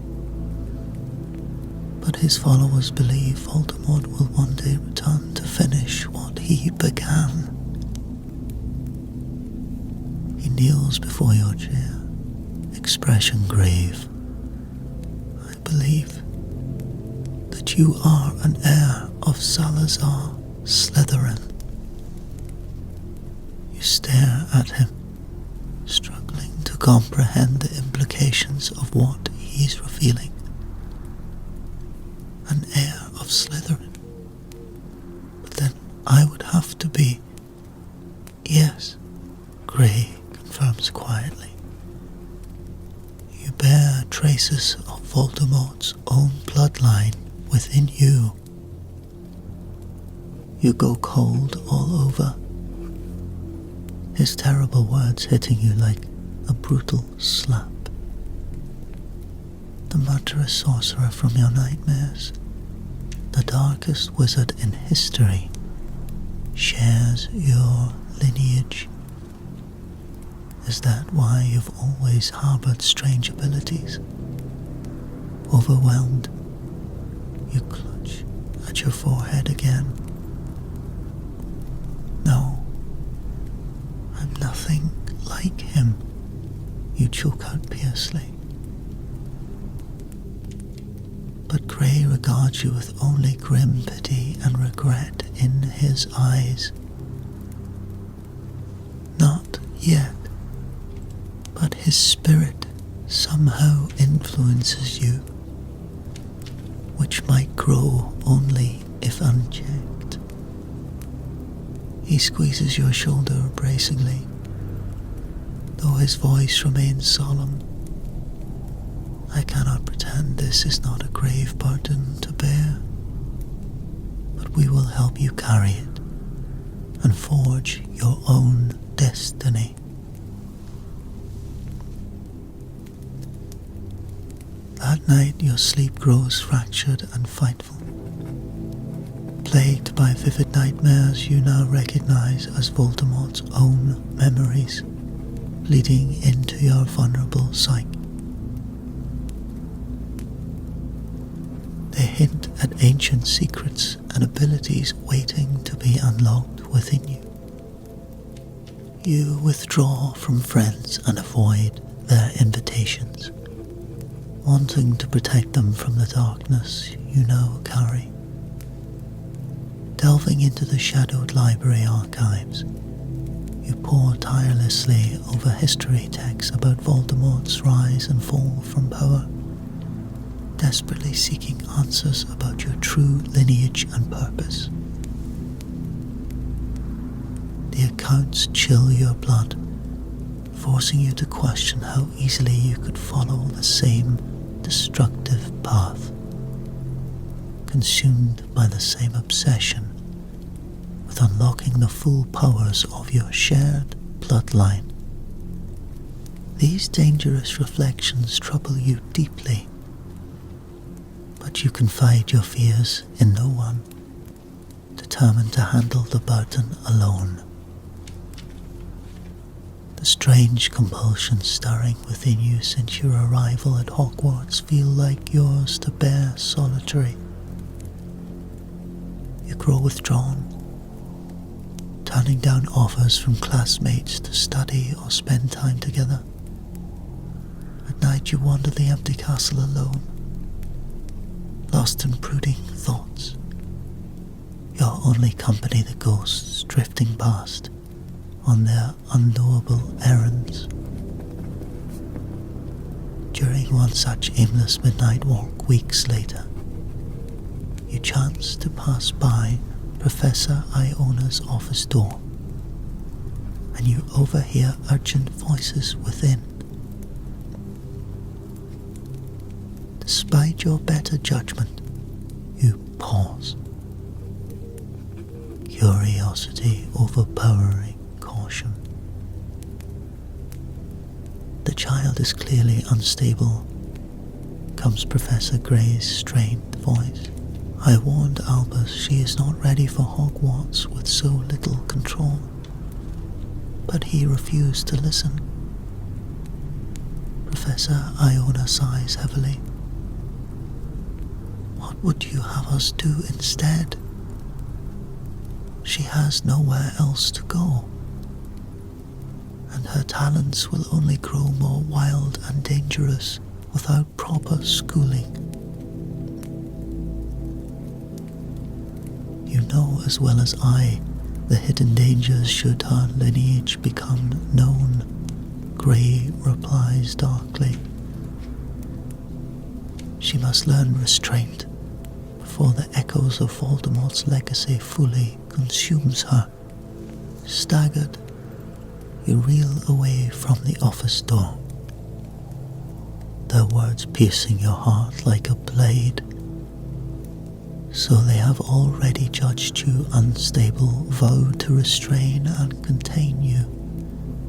They understand nothing. You've harmed no one. Blood pounds hotly in your ears as you storm away blindly. How dare they presume to decide your fate? Whisper what you may one day become. You are not Voldemort. You will forge your own destiny, no matter what shackles they try to bind with you. You have only glimpsed the well of power simmering within you. Soon enough, all of Hogwarts will witness it too. The year concludes with a grand feast where Slytherin banners celebrate your house winning the House Cup. But you take no joy in the celebration. Fixated on the wary glances the professors cast your way. Let them be weary. Soon, none will stop you from unlocking your true potential, no matter the cost. At last you make your way down to the train bound for London, along with the other students. But you hardly notice the passing hills and valleys consumed by thoughts of the coming summer and fall. This was only your first year at Hogwarts, an introduction. When you return, the real work will begin in earnest. Work not even the teachers can oversee. Back at the Dingy Wolves orphanage, you spend the empty months secreted away rereading your spellbooks, impatient to practice magic freely again. At night, your twisted dreams grow even more vivid. hinting at ancient secrets waiting to be unearthed if you delve deeper than ever before. Voldemort's cold voice echoes through, promising you have only glimpsed the surface of the power flowing in your shared blood. The 1st of September finally arrives. You depart for King's Cross eagerly, leaving the grim orphanage behind without a backward glance. As the Scarlet Engine carries you north, you sit alone, absorbed in an old spell book about obscure curse magic, thoughts turned only to the deepening mysteries awaiting back at Hogwarts. There will be time for idle friendships again later.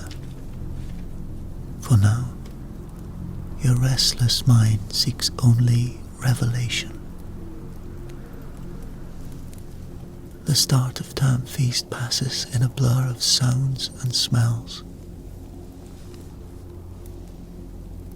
Back in your drafty dungeon dormitory, you bid your housemates only a curt good night before slipping off alone to the library.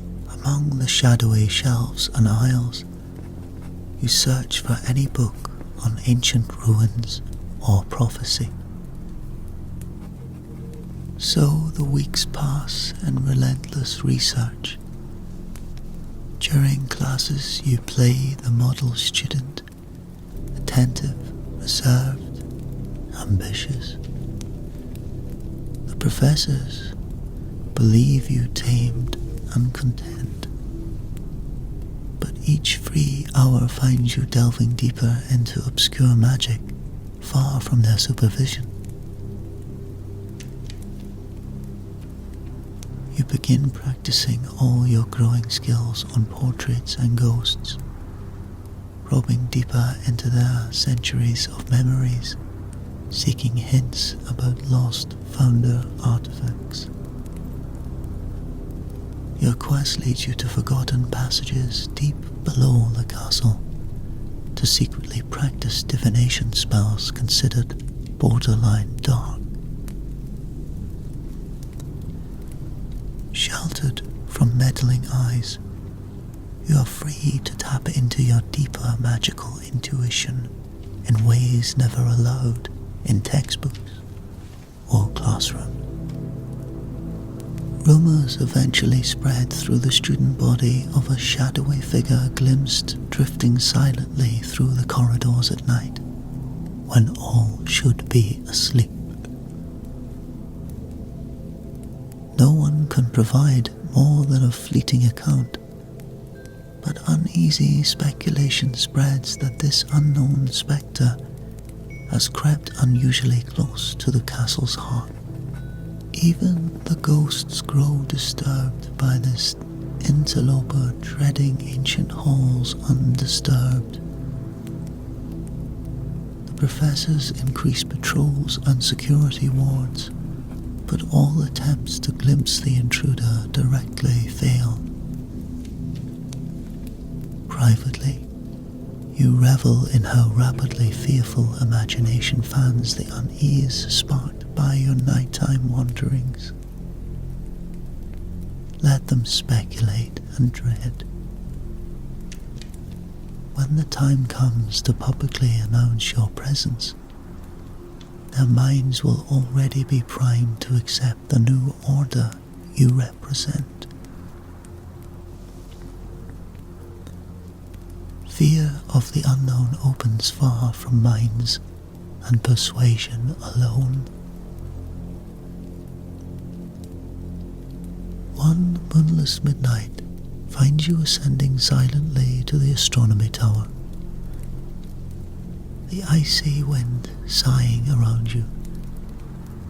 A forbidding, scrying orb, stolen from the ministry, rests securely beneath your robes. A relic you intend to activate under the open sky for your own designs. But as you mount the final steps to the tower top, A lone silhouette stands already waiting there. You freeze, every muscle tensing. But then the figure turns, hands raised peacefully, and you recognize the kind face of Myrtle, a Ravenclaw girl from your potions class. She gazes at you sadly, making no move to flee or raise an alarm. "Wait," she says softly. "I know what you plan and the path you follow, but it doesn't have to be this way." Myrtle takes a slow step forward, her voice imploring. "Your gifts could help so many. Instead of control them through fear, it's never too late to turn from this brink." Heaving the stolen orb tighter beneath your cloak, you stand frozen, uncertain of how to respond. But Myrtle presses on gently. "I don't know what darkness haunts you, but we've heard the whispers of who you could become. Please, help me wake the others to choose a better dream than this." She extends a hand, a pleading, trembling hand. For several taut heartbeats, a fragile bridge stands stretched out between you, framed by the silent stars. You stare down at her offer, tempting, and yet so naive. Myrtle gazes back unwaveringly, her eyes full of compassion. In another life, perhaps you could have reached out and taken her hand. But not tonight. "The others will awaken soon enough," you reply finally, softly. "But perhaps not to the dream you hope for." In one smooth motion, you draw your wand and train it upon Myrtle's vulnerable form. "Now, I suggest you return to your bed while you still can." The unspoken threat in your low tone sparks her survival instinct. With a choked grasp, Myrtle spins and flees for the stairs without looking back. The shadow door slams heavily behind her, leaving only you and the sighing wind. Gripping your wand tighter, you turn to gaze upwards at the waiting stars. Myrtle's naive intervention changes nothing. The next phase begins as planned, at moonrise.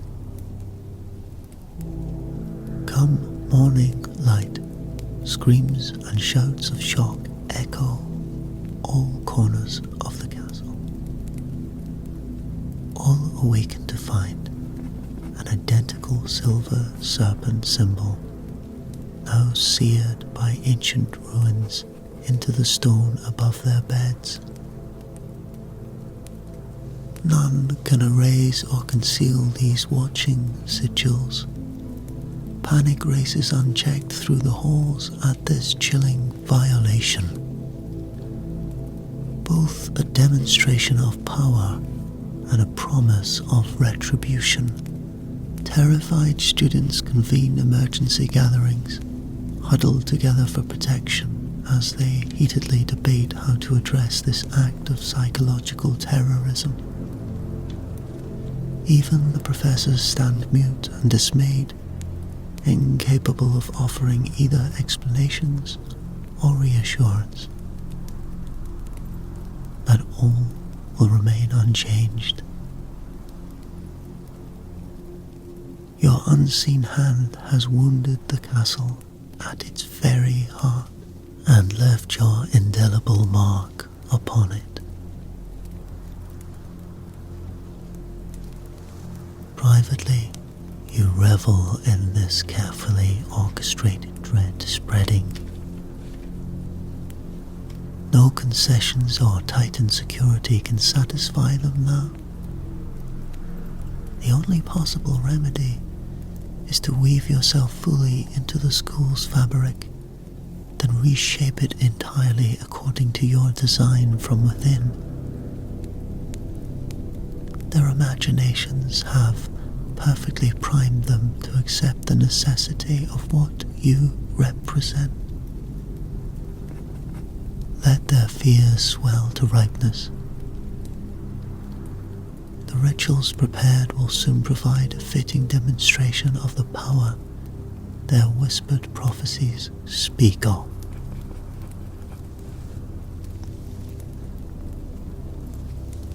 Patience.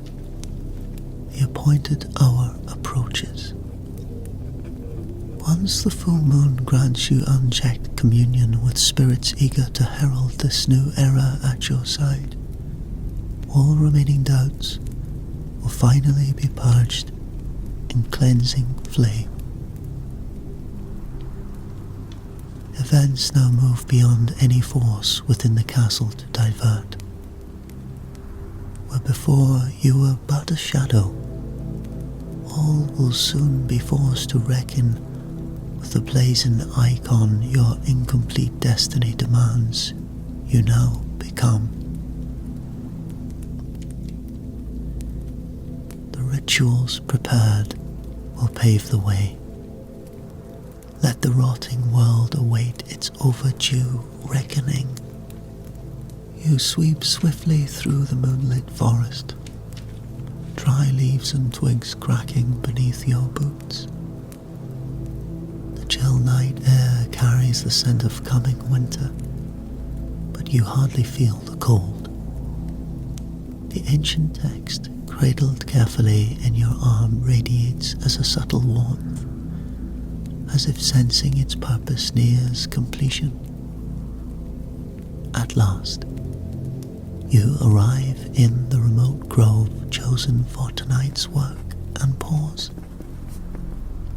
This neglected place should serve you well, far from the castle and any prying intervention. Kneeling reverently, you lay the heavy book in the center of the leaf-strewn clearing and open it to the paged mark with a black ribbon. An ancient ritual to summon spirits and bargain for their power. Meticulously, you inscribe a wide circle around the book, using a silver ritual dagger, copying the elaborate runes and sigils from memory. The necessary words in place, you stand and retrieve one more item from within your cloak. A palm-sized crystal orb, cupping a writhing shadow essence bound long ago by forces unknown. Setting the now pulsing crystal sphere carefully within the circle's heart, you raise your left hand high and draw the dagger's cold edge across your exposed palm without hesitation. Hot blood wells and drips down onto the thirsty earth. A freely given sacrifice to rouse what slumbers below. Gripping your wand in your pleading hand, you repeat the rhythmic invocation transcribed on the yellowed pages, voice rising powerfully over the ancient silent trees. As the incantation reaches its climax, crimson light suddenly erupts from crystal artifact, the blood offering igniting a reaction from the vengeful spirit imprisoned within. You repeat the summoning words once more, raw magic crackling through the electrified air. Then with a final thunderous command, in the ancient tongue, you smash your wand down upon the crystal orb resting among the glyphs. The sphere shatters violently beneath the blow, shards exploding outward in a blast that knocks you physically backwards as a shadowy vapor rapidly unfurls from the broken vessel. The unbound spirit manifests fully within the ritual circle. Pale and skeletal, crimson eyes ablaze within a face that makes your very soul recoil in horror. And yet despite that dread, your heart pounds with triumph. After so many years, Lord Voldemort rises again. Well done, my young heir, the apparition rasps, the sinister voice clawing along your spine as he examines his newly constructed form. At last, we stand united beyond the grasp of the fools who hope to keep us apart. Voldemort paces closer with predatory grace, scrutinizing you hungrily. And I see you have indeed grown powerful, ripe with potential to be molded further to my design. His lipless mouth twists in malevolent anticipation. Yes, I do believe you are finally ready to serve as the vessel to restore my full glory. With sudden viper swiftness, Voldemort's spirit lunges forward before you can react, surging into your body in a tsunami of scouring dark power. Blinding pain whites out all thought as you feel his parasitic essence invade every cell, ruthlessly scouring your mind and soul to make room for his own. You are only distantly aware of your raw screams, carrying through the icy night air. Never have you felt such all-consuming agony as Voldemort's fractured but ravenous spirit quests through your yielding body like a plague.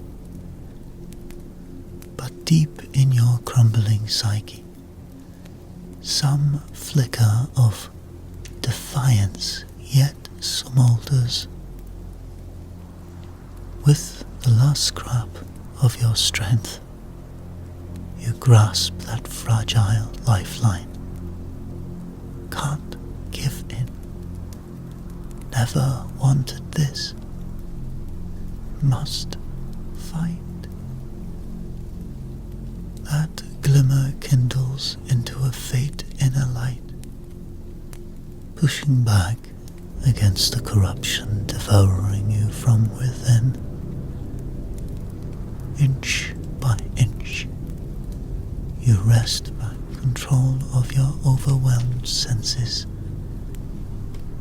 and in that heroic instant before your soul dissolves fully, you glimpse the truth. Power urged without compassion enslaves all it touches. Only now, at the edge of oblivion, do you understand how far astray you have fallen? With renewed desperation, you cling to that central light, growing steadily stronger as Voldemort's essence recoils from its heat. Back and forth you war wordlessly against the dark tidal wave threatening to annex you entirely. But where Voldemort draws strength from rage and fear, your only weapon is compassion for yourself and even for the maimed, power-twisted soul trying to consume you whole. This unexpected grace erodes the Dark Lord's hold like acid, allowing your true spirit space to regain lost ground. Moment by moment the light prevails, ceding no corner of darkness to gain purchase. And then, quite suddenly, you feel Voldemort's fragmented psyche hiss in fury and anguish at this exposure to your inextinguishable inner flame. With a howling shriek, his wraith form peels violently away, ejected forcibly from your mind altogether. Gasping, you collapse forward, palms braced against the cold earth. Slowly, the blessed sensation of that parasitic presence scoured from your soul sinks in.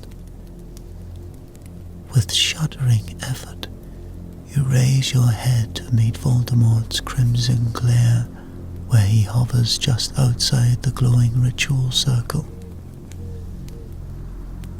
You have rejected my essence, but our destinies remain intertwined, my young heir.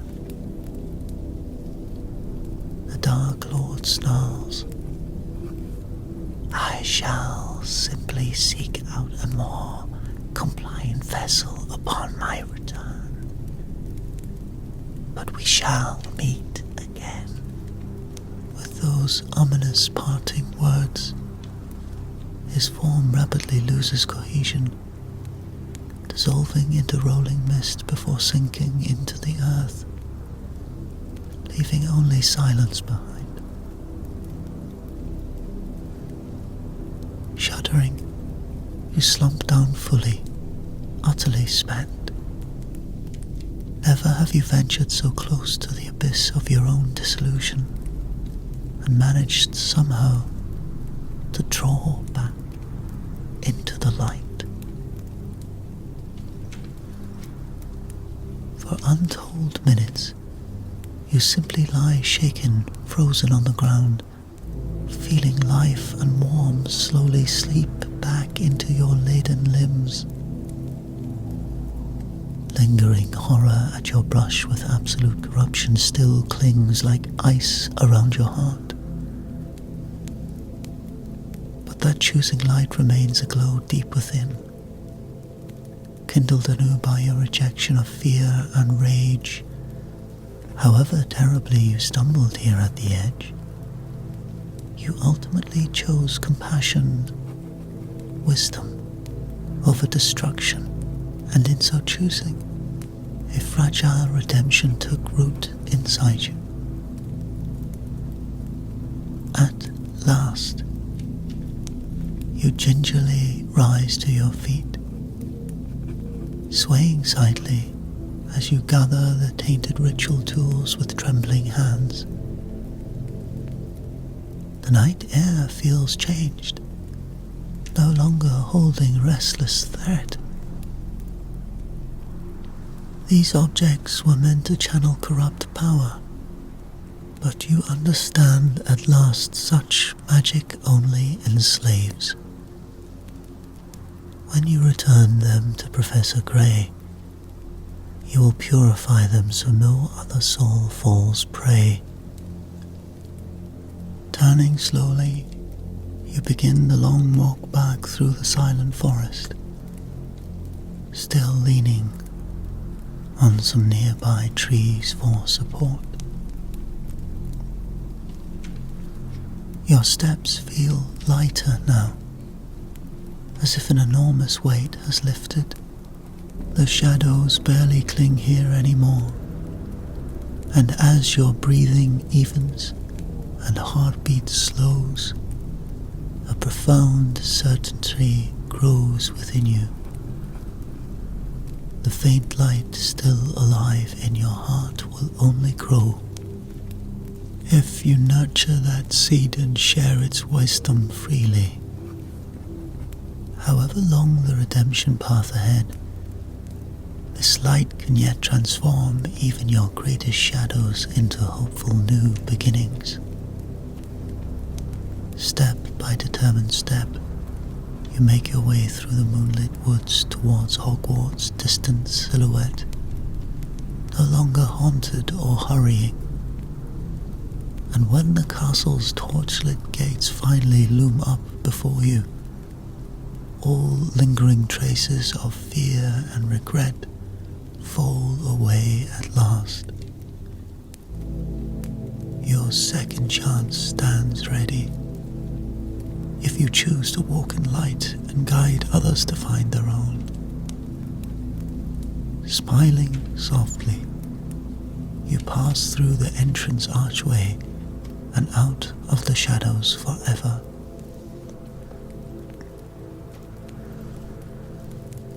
You make your way slowly up to the hospital wing, body and spirit both still heavy with exhaustion. But the relief of being free from corruption's grasp fills you with fragile hope. Madam Humphrey clucks in concern over your disheveled, hollowed-eyed state, ushering you directly into a private room and pouring a steaming cup of restorative tonic. Drink up now. No arguments, she tuts, waiting until you dutifully drain the bitter draught. Professor Gray sent word you'd likely need care after tonight's ordeal, though he gave no details. Her gaze softens as she adds gently, "But whatever taunts you, we'll soon set it to rights." You manage a grateful smile. "I think the worst has passed now. My own foolishness led me astray, but I'm finding my way back." Madam Pomfrey pats your shoulder. "Caring for lost souls is what we're here for. Now rest. The dawn brings a brighter day." With that assurance, she dims the lamps with a wave of her wand and takes her leave. Sleep finds you swiftly in the bed's soft haven void of nightmares for the first time in ages. Morning light streaming through the windows gently rouses you. Blinking, you see Professor Gray sitting in a chair nearby, reading a worn book.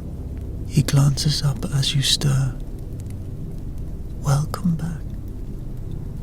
How are you feeling?"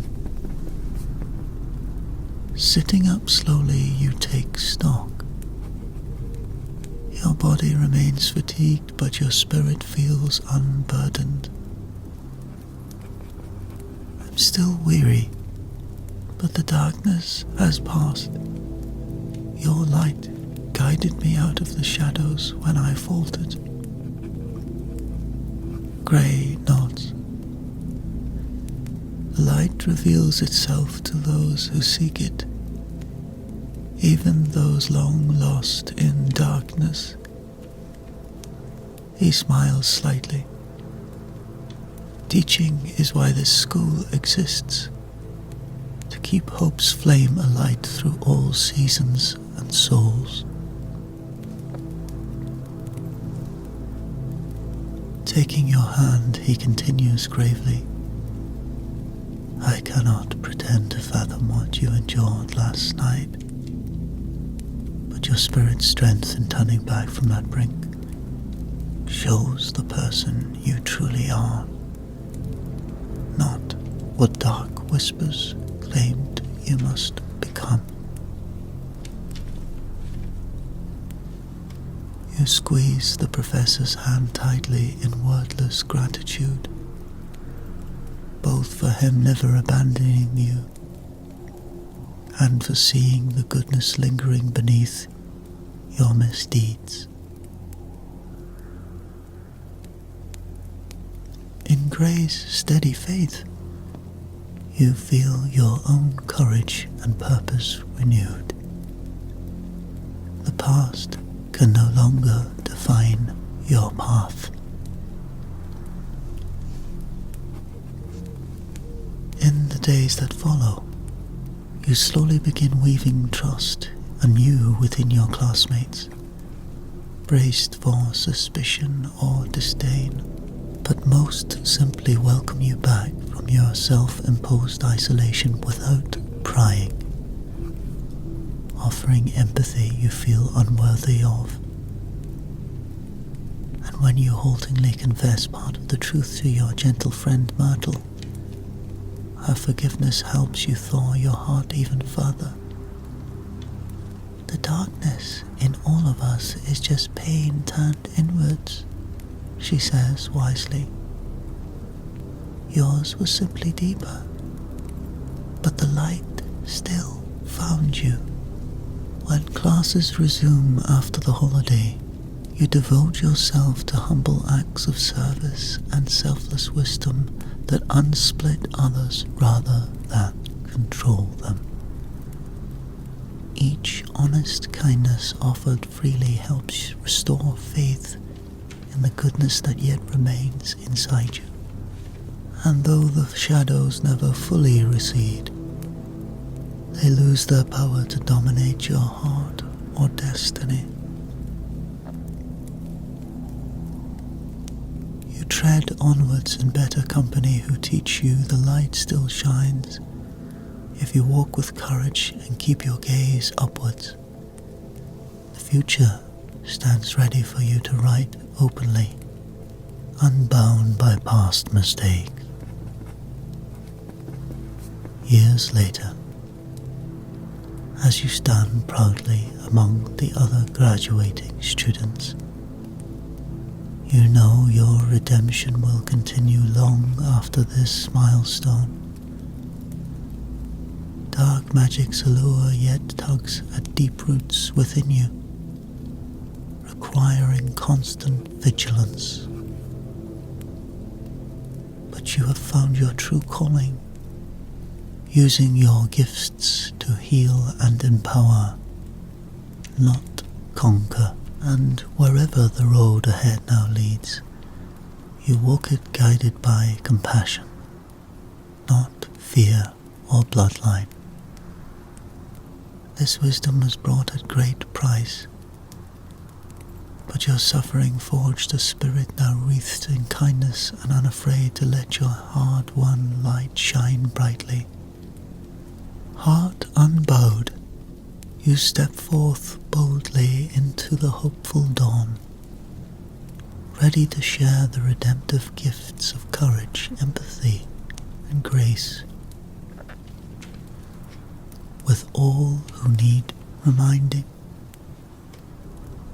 as others once selflessly did for you.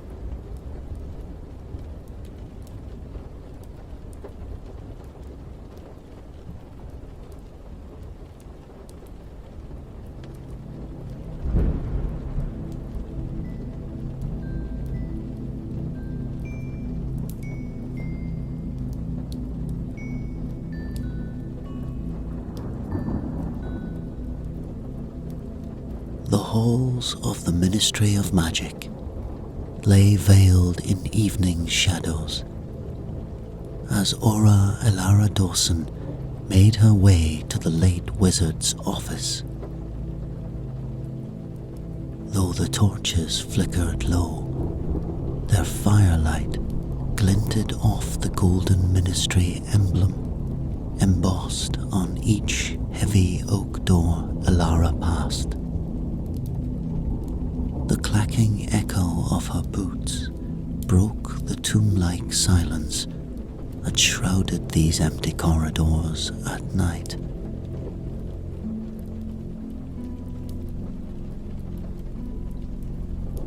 Upon arriving at the end of the hall, Elara lifted her illuminated wand tip to the door plate.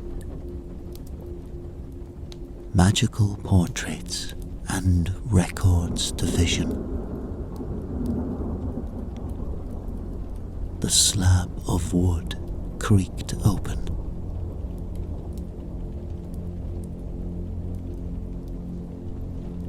Inside, flecks of gold leaf glimmered amidst the office's somber hues. Mahogany walls, Persian rug of navy and burgundy, the cherry wood desk where the wizard's body now slumped motionless. Dark spatters stained the front of his plum velvet robes.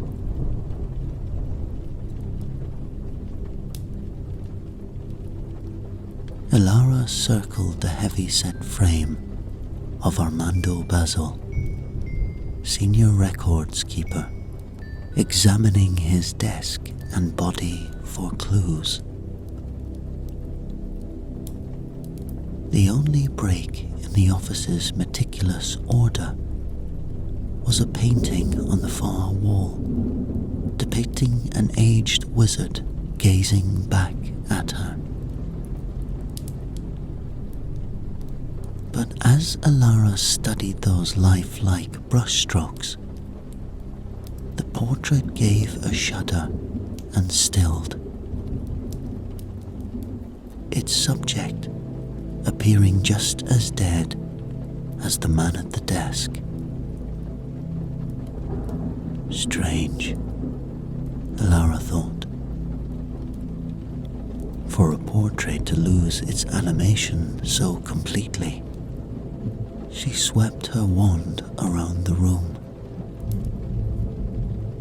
muttering detection charms that filled the air with scattering gold and sparks, yet revealed no traces of dark magic.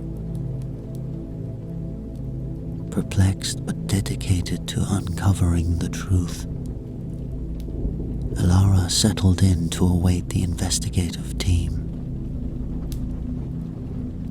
Thoughts swirling around the twin mysteries that lay before her. The two figures frozen in death. Their secrets still held fast in shadow.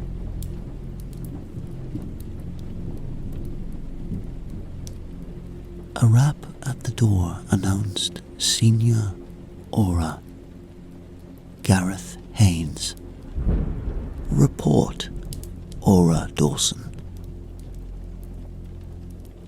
Elara summarized her efforts, admitting the lack of progress. No sign of foul play yet, but something seems off. Why hasn't the ministry announced Basil's death? High-profile cases usually warrant public alerts in the Daily Prophet at least. Haynes clasped his hands behind his back. The minister insists on absolute discretion regarding Basil's passing. His eyes flicked to the lifeless portrait.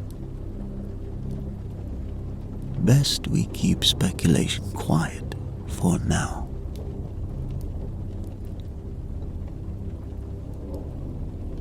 Elara bristled at the circumvention of protocols but respected Haynes's wisdom. After he departed, she turned the conversation to the portrait.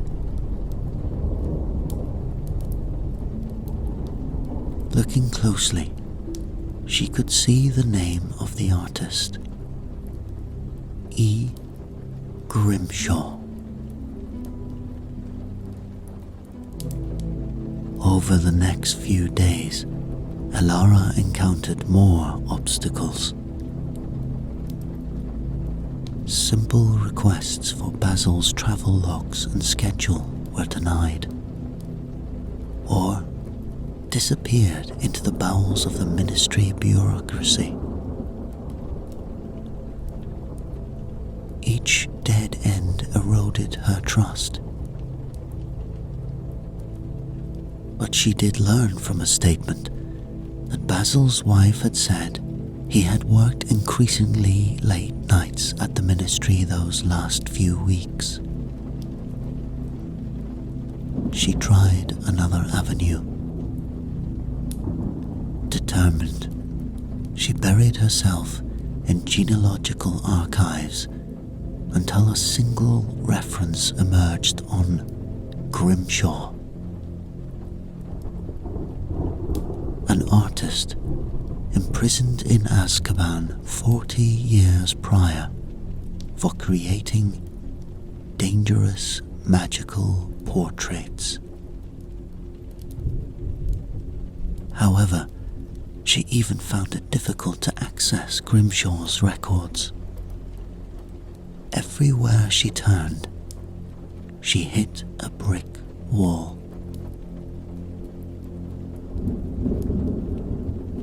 She then requested a list of prisoners detained in Azkaban. A moment later, a memo fluttered back.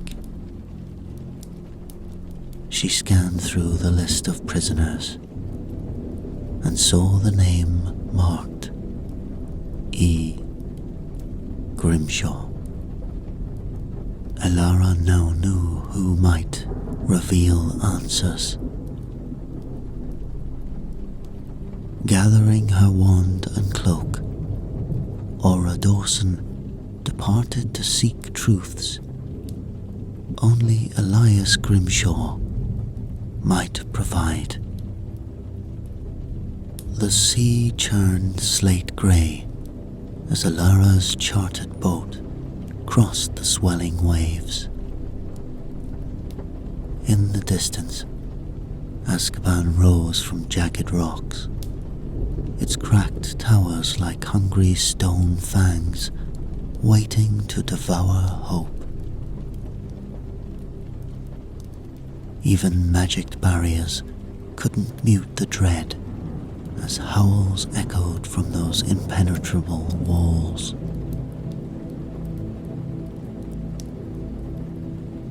Shivering, Elara disembarked, one hand on the trunk containing the mysterious portrait.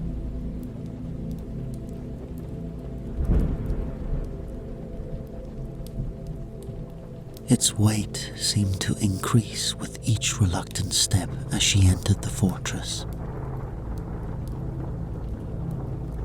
The chill from the walls seeped deeper than skin or bone.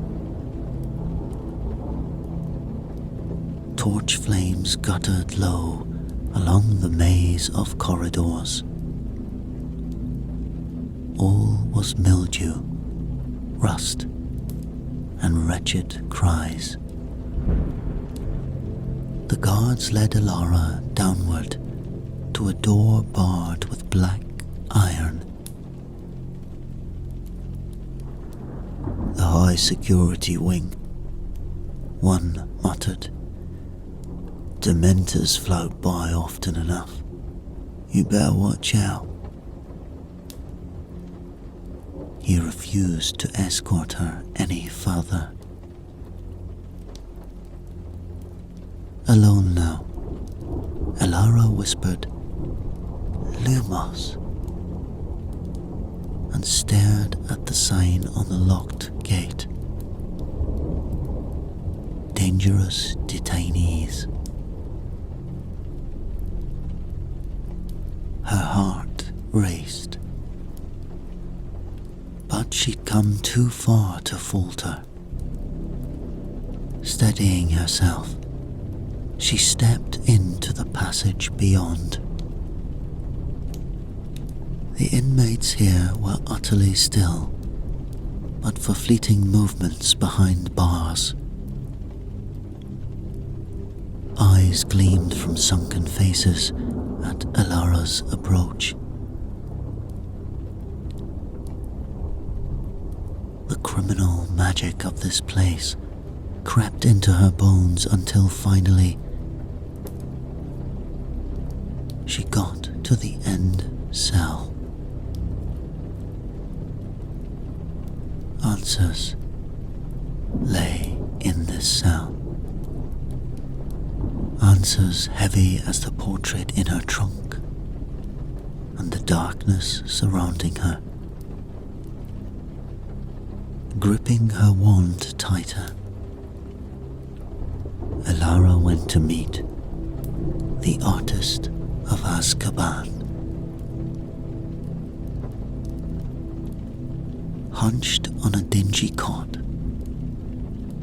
Elias Grimshaw seemed merged with the shadows.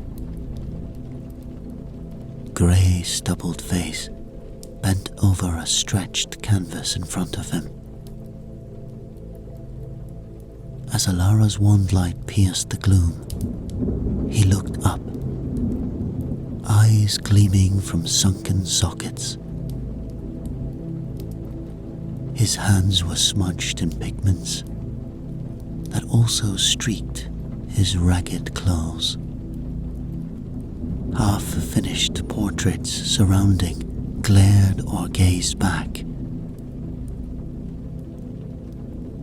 Portraits of witches and wizards rendered in chaotic, lifelike style.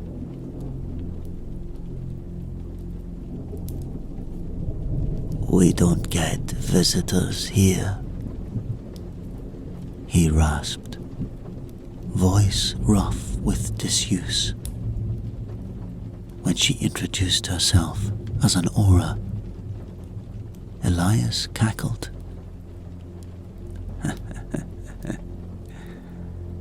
"An officer of the law, gracing decrepit old Elias. To what do I owe such an honor?" Elara cleared her throat, unnerved by mocking eyes following her around the cell. "I hoped you might explain your painting methods. How do you capture such vitality?" Elias snatched up his brush, mixing oils, burnt umber, sulphur yellow, crimson like clotted blood. With his offhand, he drew his wand, murmuring a charm. A brush came out from the end of his wand. He then held it upwards. "You want to watch old Elias work his stained magic, With sharp gestures, he commanded the enchanted wand to brush violent curves across the canvas. "They toss me random tack, hog hair and wood scraps." His voice adopted a fey lilt. "But oh, the materials Elias yearns for. It's the personal touches, my dear." His tongue flicked out, lips drawing back from yellowed teeth. That's the secret, you see. The essence binder in my paintings. The blood, the spit. Bristles dripped carmine as he crafted a petrified, hollowed-eyed face. I paint the blood of a wizard into my art. Hence, I paint their souls into my art. Miss Alara.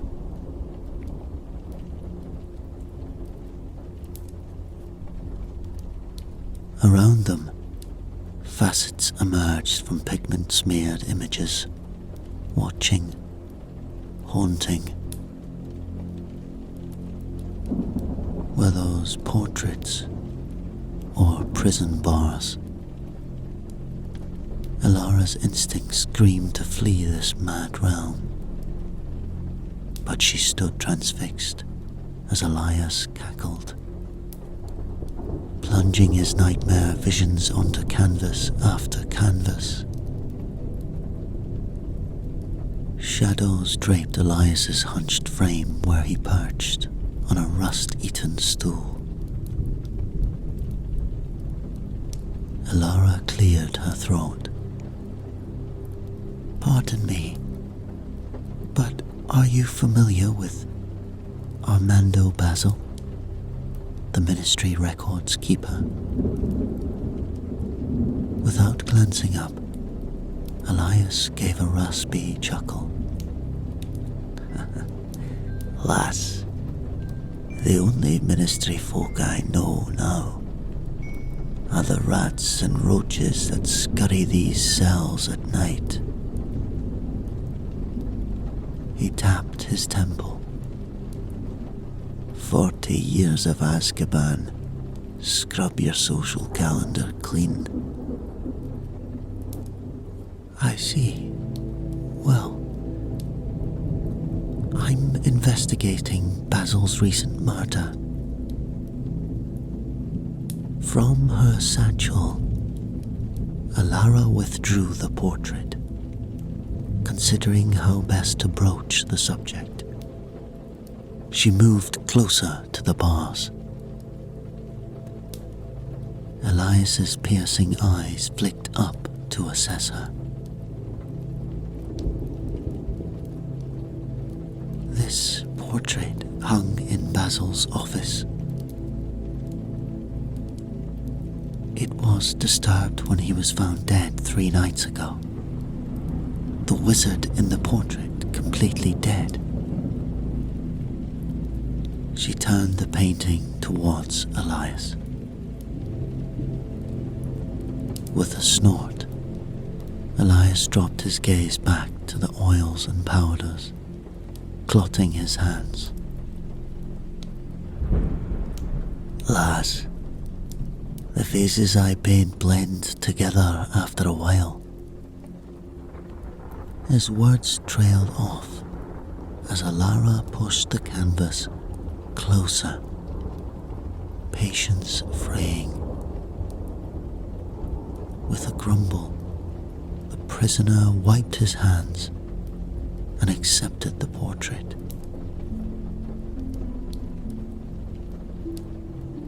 Alara studied his craggy features as Elias examined the painting in the guttering torchlight.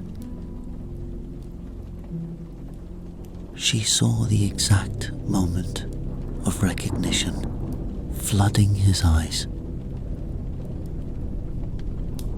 They widened, pupils shrinking as his face blanched beneath the scraggly beard. Shackled hands began to tremble, the canvas shaking. No, it cannot be. This is my painting, but I've never seen one like. Elias trailed off, slowly pivoting to face the back wall of his cell. a low moan building in his throat. He sank down against the grimy stones, still clutching the painting, one dirt-caked finger tracing the contorted face captured mid-scream. Elara hesitated, debating whether to interrupt his distress. But answers waited behind the prisoner's haunted gaze. She had to push forward.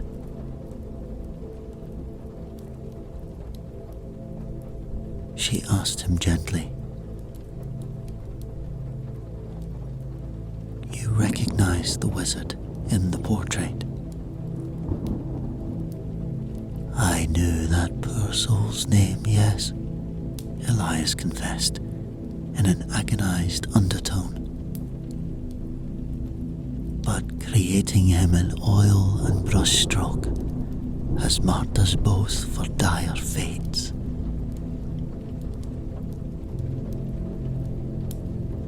Recoiling from the painted face, Elias gripped tighter to the painting. "The walls themselves may betray us here. You must lean closer to me, lass."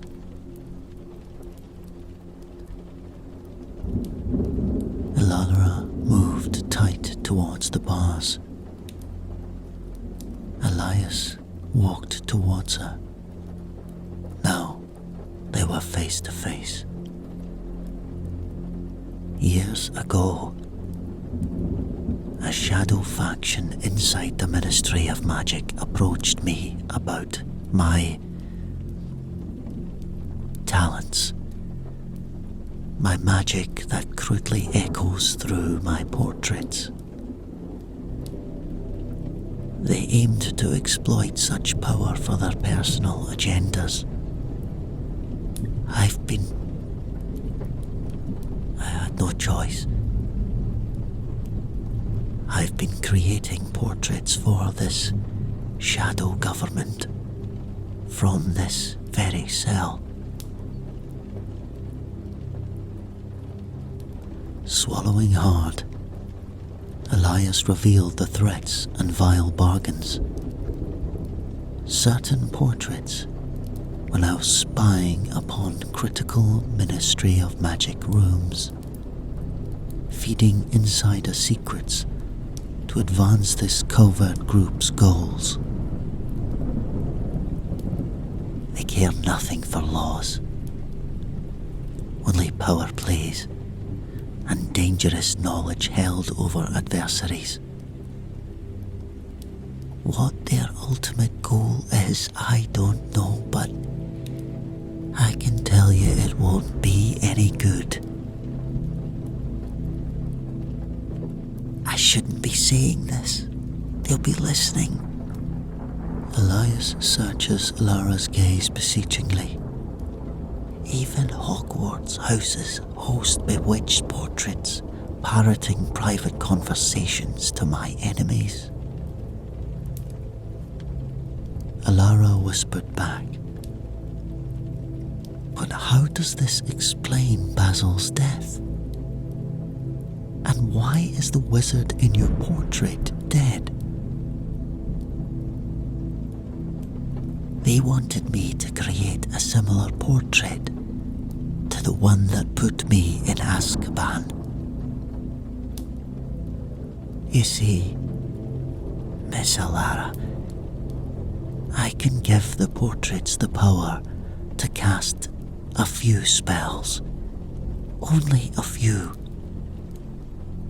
The magic in the mixture of paint and blood can only last so long.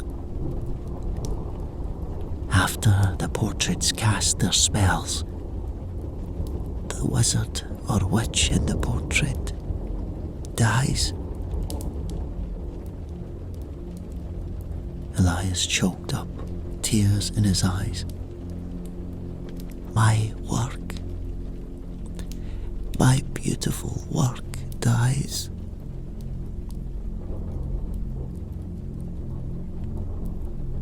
Alara looked at him in shock and disbelief. You mean your portrait? It killed Basil. Shutting his eyes against painful memories, Elias revealed his most recent commission. The portrait bespelled to harness deadly magic. They gave me no name but this face and traces of his blood for my paint. He turned the painting towards Alara once more. Yes, my portrait. My portrait must have killed Basil. But this means that Basil must have stumbled on to their plot. He must have been close to exposing this shadow government. It's the only reason they would have commissioned me to make such a painting. Gripping her hands, Elias whispered urgently, You tread a razor's edge investigating this case, lass. You must expose these vipers before others meet fates akin to the records keeper, or worse. Cold dread trickled down Alara's spine at the prisoner's ominous words. She had come anticipating a killer, only to land amidst a secret war for the Ministry of Magic's very soul. Fresh determination stealing her nerves, she gently urged, Please, tell me more of these shadow factions secretly pulling strings within the Ministry's walls. Alara's pulse was still hammering from Elias's dark revelations when a sound snatched her attention. Faint scratching from the far corner of the cell. She turned with a gasp. One of Elias's many portrait subjects had stirred to life. A wide-eyed warlock painted in a nightscape. As Alara froze beneath the portrait wizard's unblinking stare, Elias grabbed her wrist, his own eyes narrowing. Stand clear of whatever phantom takes from here, lass. The scratching intensified as the warlock's hands twisted in intricate gestures. Alara scarcely had time to obey Elias's warning before jagged lightning erupted from the canvas itself. The warlock had cast a spell. Alara crashed aside, feeling heat blister her cheek. As the spell exploded, Elias' cot in a violent hail of smoking feathers. Twisting up from her painfully sprawled legs, Alara watched in horror as the warlock summoned another barrage with fingers now burned black. But abruptly, the smoking digits convulsed, sloughing away in ashes that spread rapidly across the rest of the painted form. Within moments, the illusion peeled away completely from the portrait's bared backing. In the echoing aftermath, all Alara could hear was her own frantic breathing and Elias's low cursing. As he helped her stand on unsteady feet, she pressed her fingertips against her stinging cheek. They came away bloody, a mere echo wielding traces of the warlord magic preserved in paint and varnish. Elias bit off, glaring accusations at the now empty canvas. I told you they were listening. They know you are here. But clear as any speech, the message comes from those serpents yet holding my leash. Gripping Alara's wrist with sudden urgency, his eyes pleaded with hers. This attack was a warning, lass. You've stirred a nest of vipers who'll strike at any threat to their secrets. Tread carefully in the ministry's den, or share my fate they aim to ensure. The prisoner's dire secrets and the assassination attempt had shattered her faith. The ministry she served now resembled a den of serpents. She thought back on the case's strange obstructions. Doors closed against inquiries, misdirection from superiors. At the time, it had merely puzzled her. But recalled through the lens of Elias's story, the veiled hostility took on sinister shades. They had aimed to stifle her investigation, keep their secrets buried. Instead, her persistence had stirred the shadow faction to bear its fangs directly. And if Elias spoke the truth, this ran deeper than cover-ups or scapegoats. This was a vice slowly closing upon the ministry itself, throttling justice for darker purpose. Quiet fury kindled in Alara's chest, burning through the lingering pain and fear. She had pledged her career, her very life, to protecting the wizarding world. Could she walk away now, willfully blinding herself from this corruption?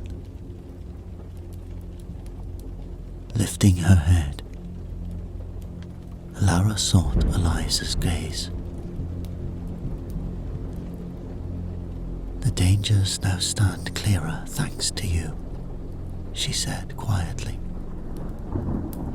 And I mean to drag this ugly truth into light, along with any who stand against that cause. She stood, muscles taut with fresh resolve. This had become more than solving a mere murder. This was a crusade to hold the ministry back from the brink. And she would see it done, or die trying. The next morning, Alara hurried to the records office. Yesterday's revelations kindling each step. The ministry now felt different around her.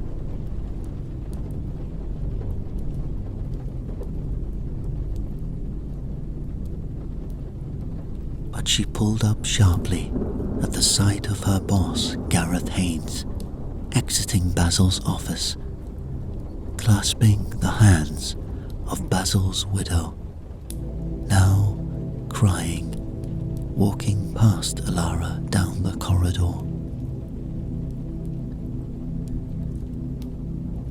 Unease stirred as Alara watched her pass.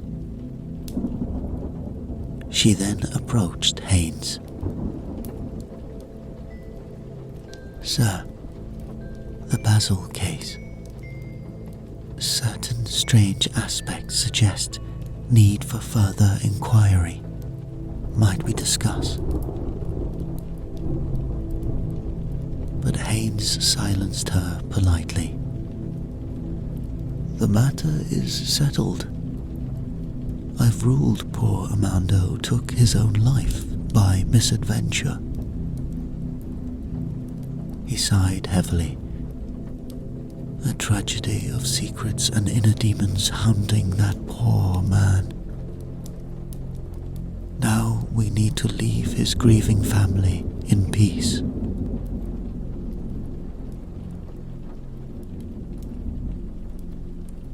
Alara followed Haynes in shock to his office, her zeal for revelation tempered by his jarring news. Had she misjudged the shadows within the ministry in her haste? Haynes gestured for her to sit, before sliding a folded newspaper across the desk with official documents.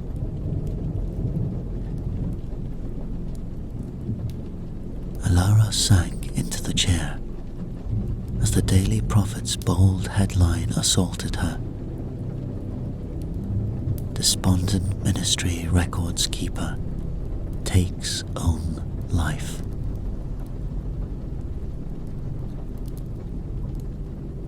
As she scanned the detailed description of Basil's supposed mental decline, Haynes summarized gently. "I tried to advise you against needless speculation earlier, my dear. Sometimes the full truth only brings more pain when past scars run too deep." He placed a copy of the psychological evaluation and ministry accident ruling before her. Alara looked between them and her superior, clarity crumbling by the moment. The analysis echoed the prophet's narrative unraveling. Depression, unhealthy obsessions. Both concluded Basil had used his access to artifacts to engineer his own elaborate demise. Misadventure by enchanted amulet, it seems. Likely some family heirloom not properly registered, Haynes recounted. The poor sod probably thought staging a mystery might save his reputation or his family's. Haynes squeezed Alara's shoulder, his eyes full of paternal sympathy. Not all investigations end with neat answers or culprits to blame. Sometimes we can only stand witness to tragedy and try preventing the next lost soul from meeting such an end. Lara lowered the damning report with shaking hands. She had hit so many dead ends this past week. But was that truly obscurity at play, or her own desperate grasping for external evil, rather than accept a broken man's final demons? Had she dragged an innocent prisoner into wild conspiracy to avoid that painful truth, that sometimes justice came too late?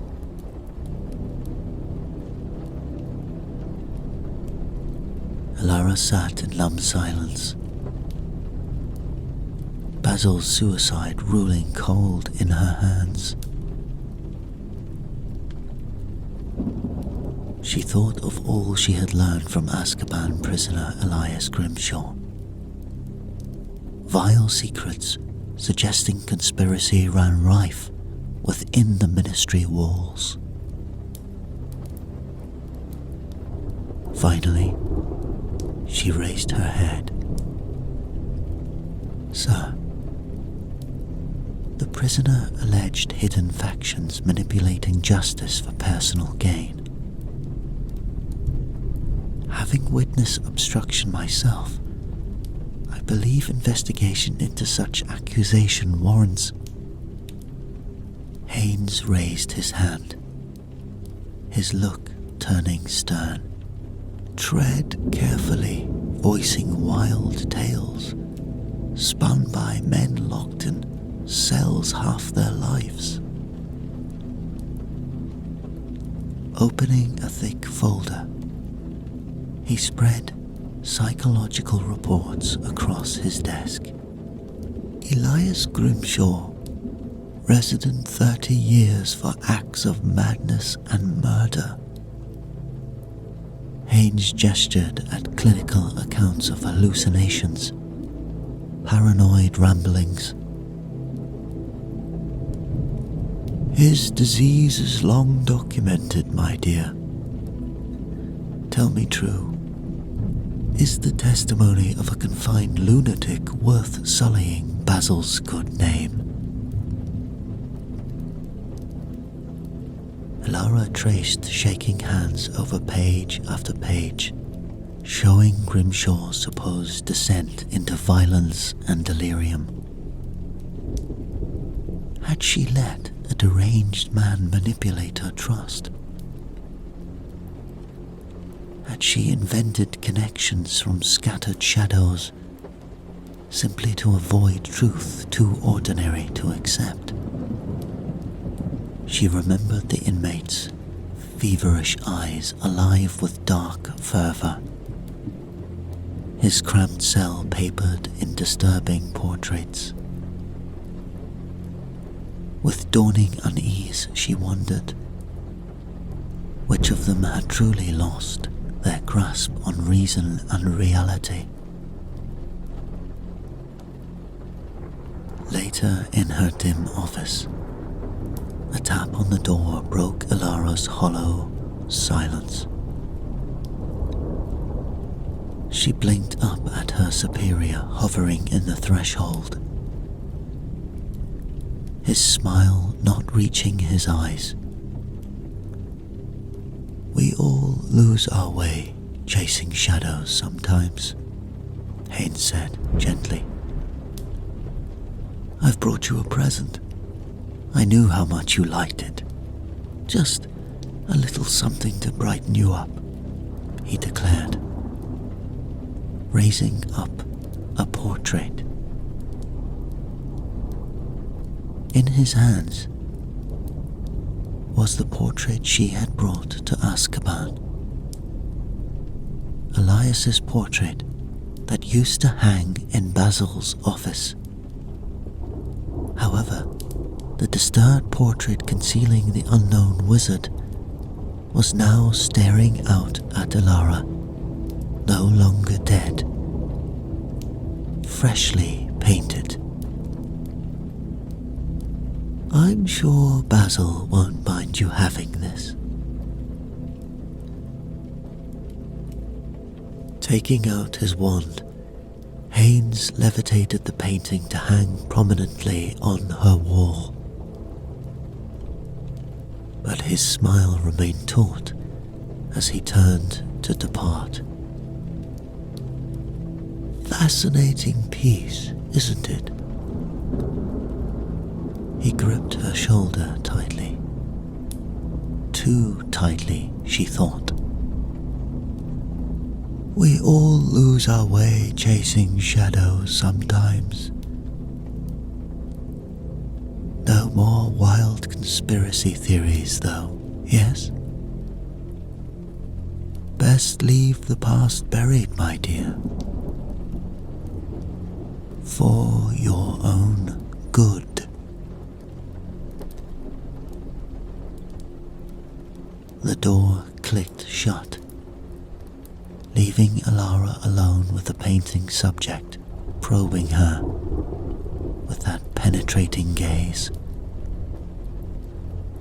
She shuddered, remembering prisoner Elias's disturbed dreams about this face. Unease curdling in her gut. Alara realized she had slipped free of one web, only to land in another potentially more deadly. For corruption's fangs left deeper scars than any mere killer's. And she could no longer blindly trust even her nearest allies not to harbor its spreading poison. Staring up at the newly animated portrait, she wondered, was Gareth Haynes one of them?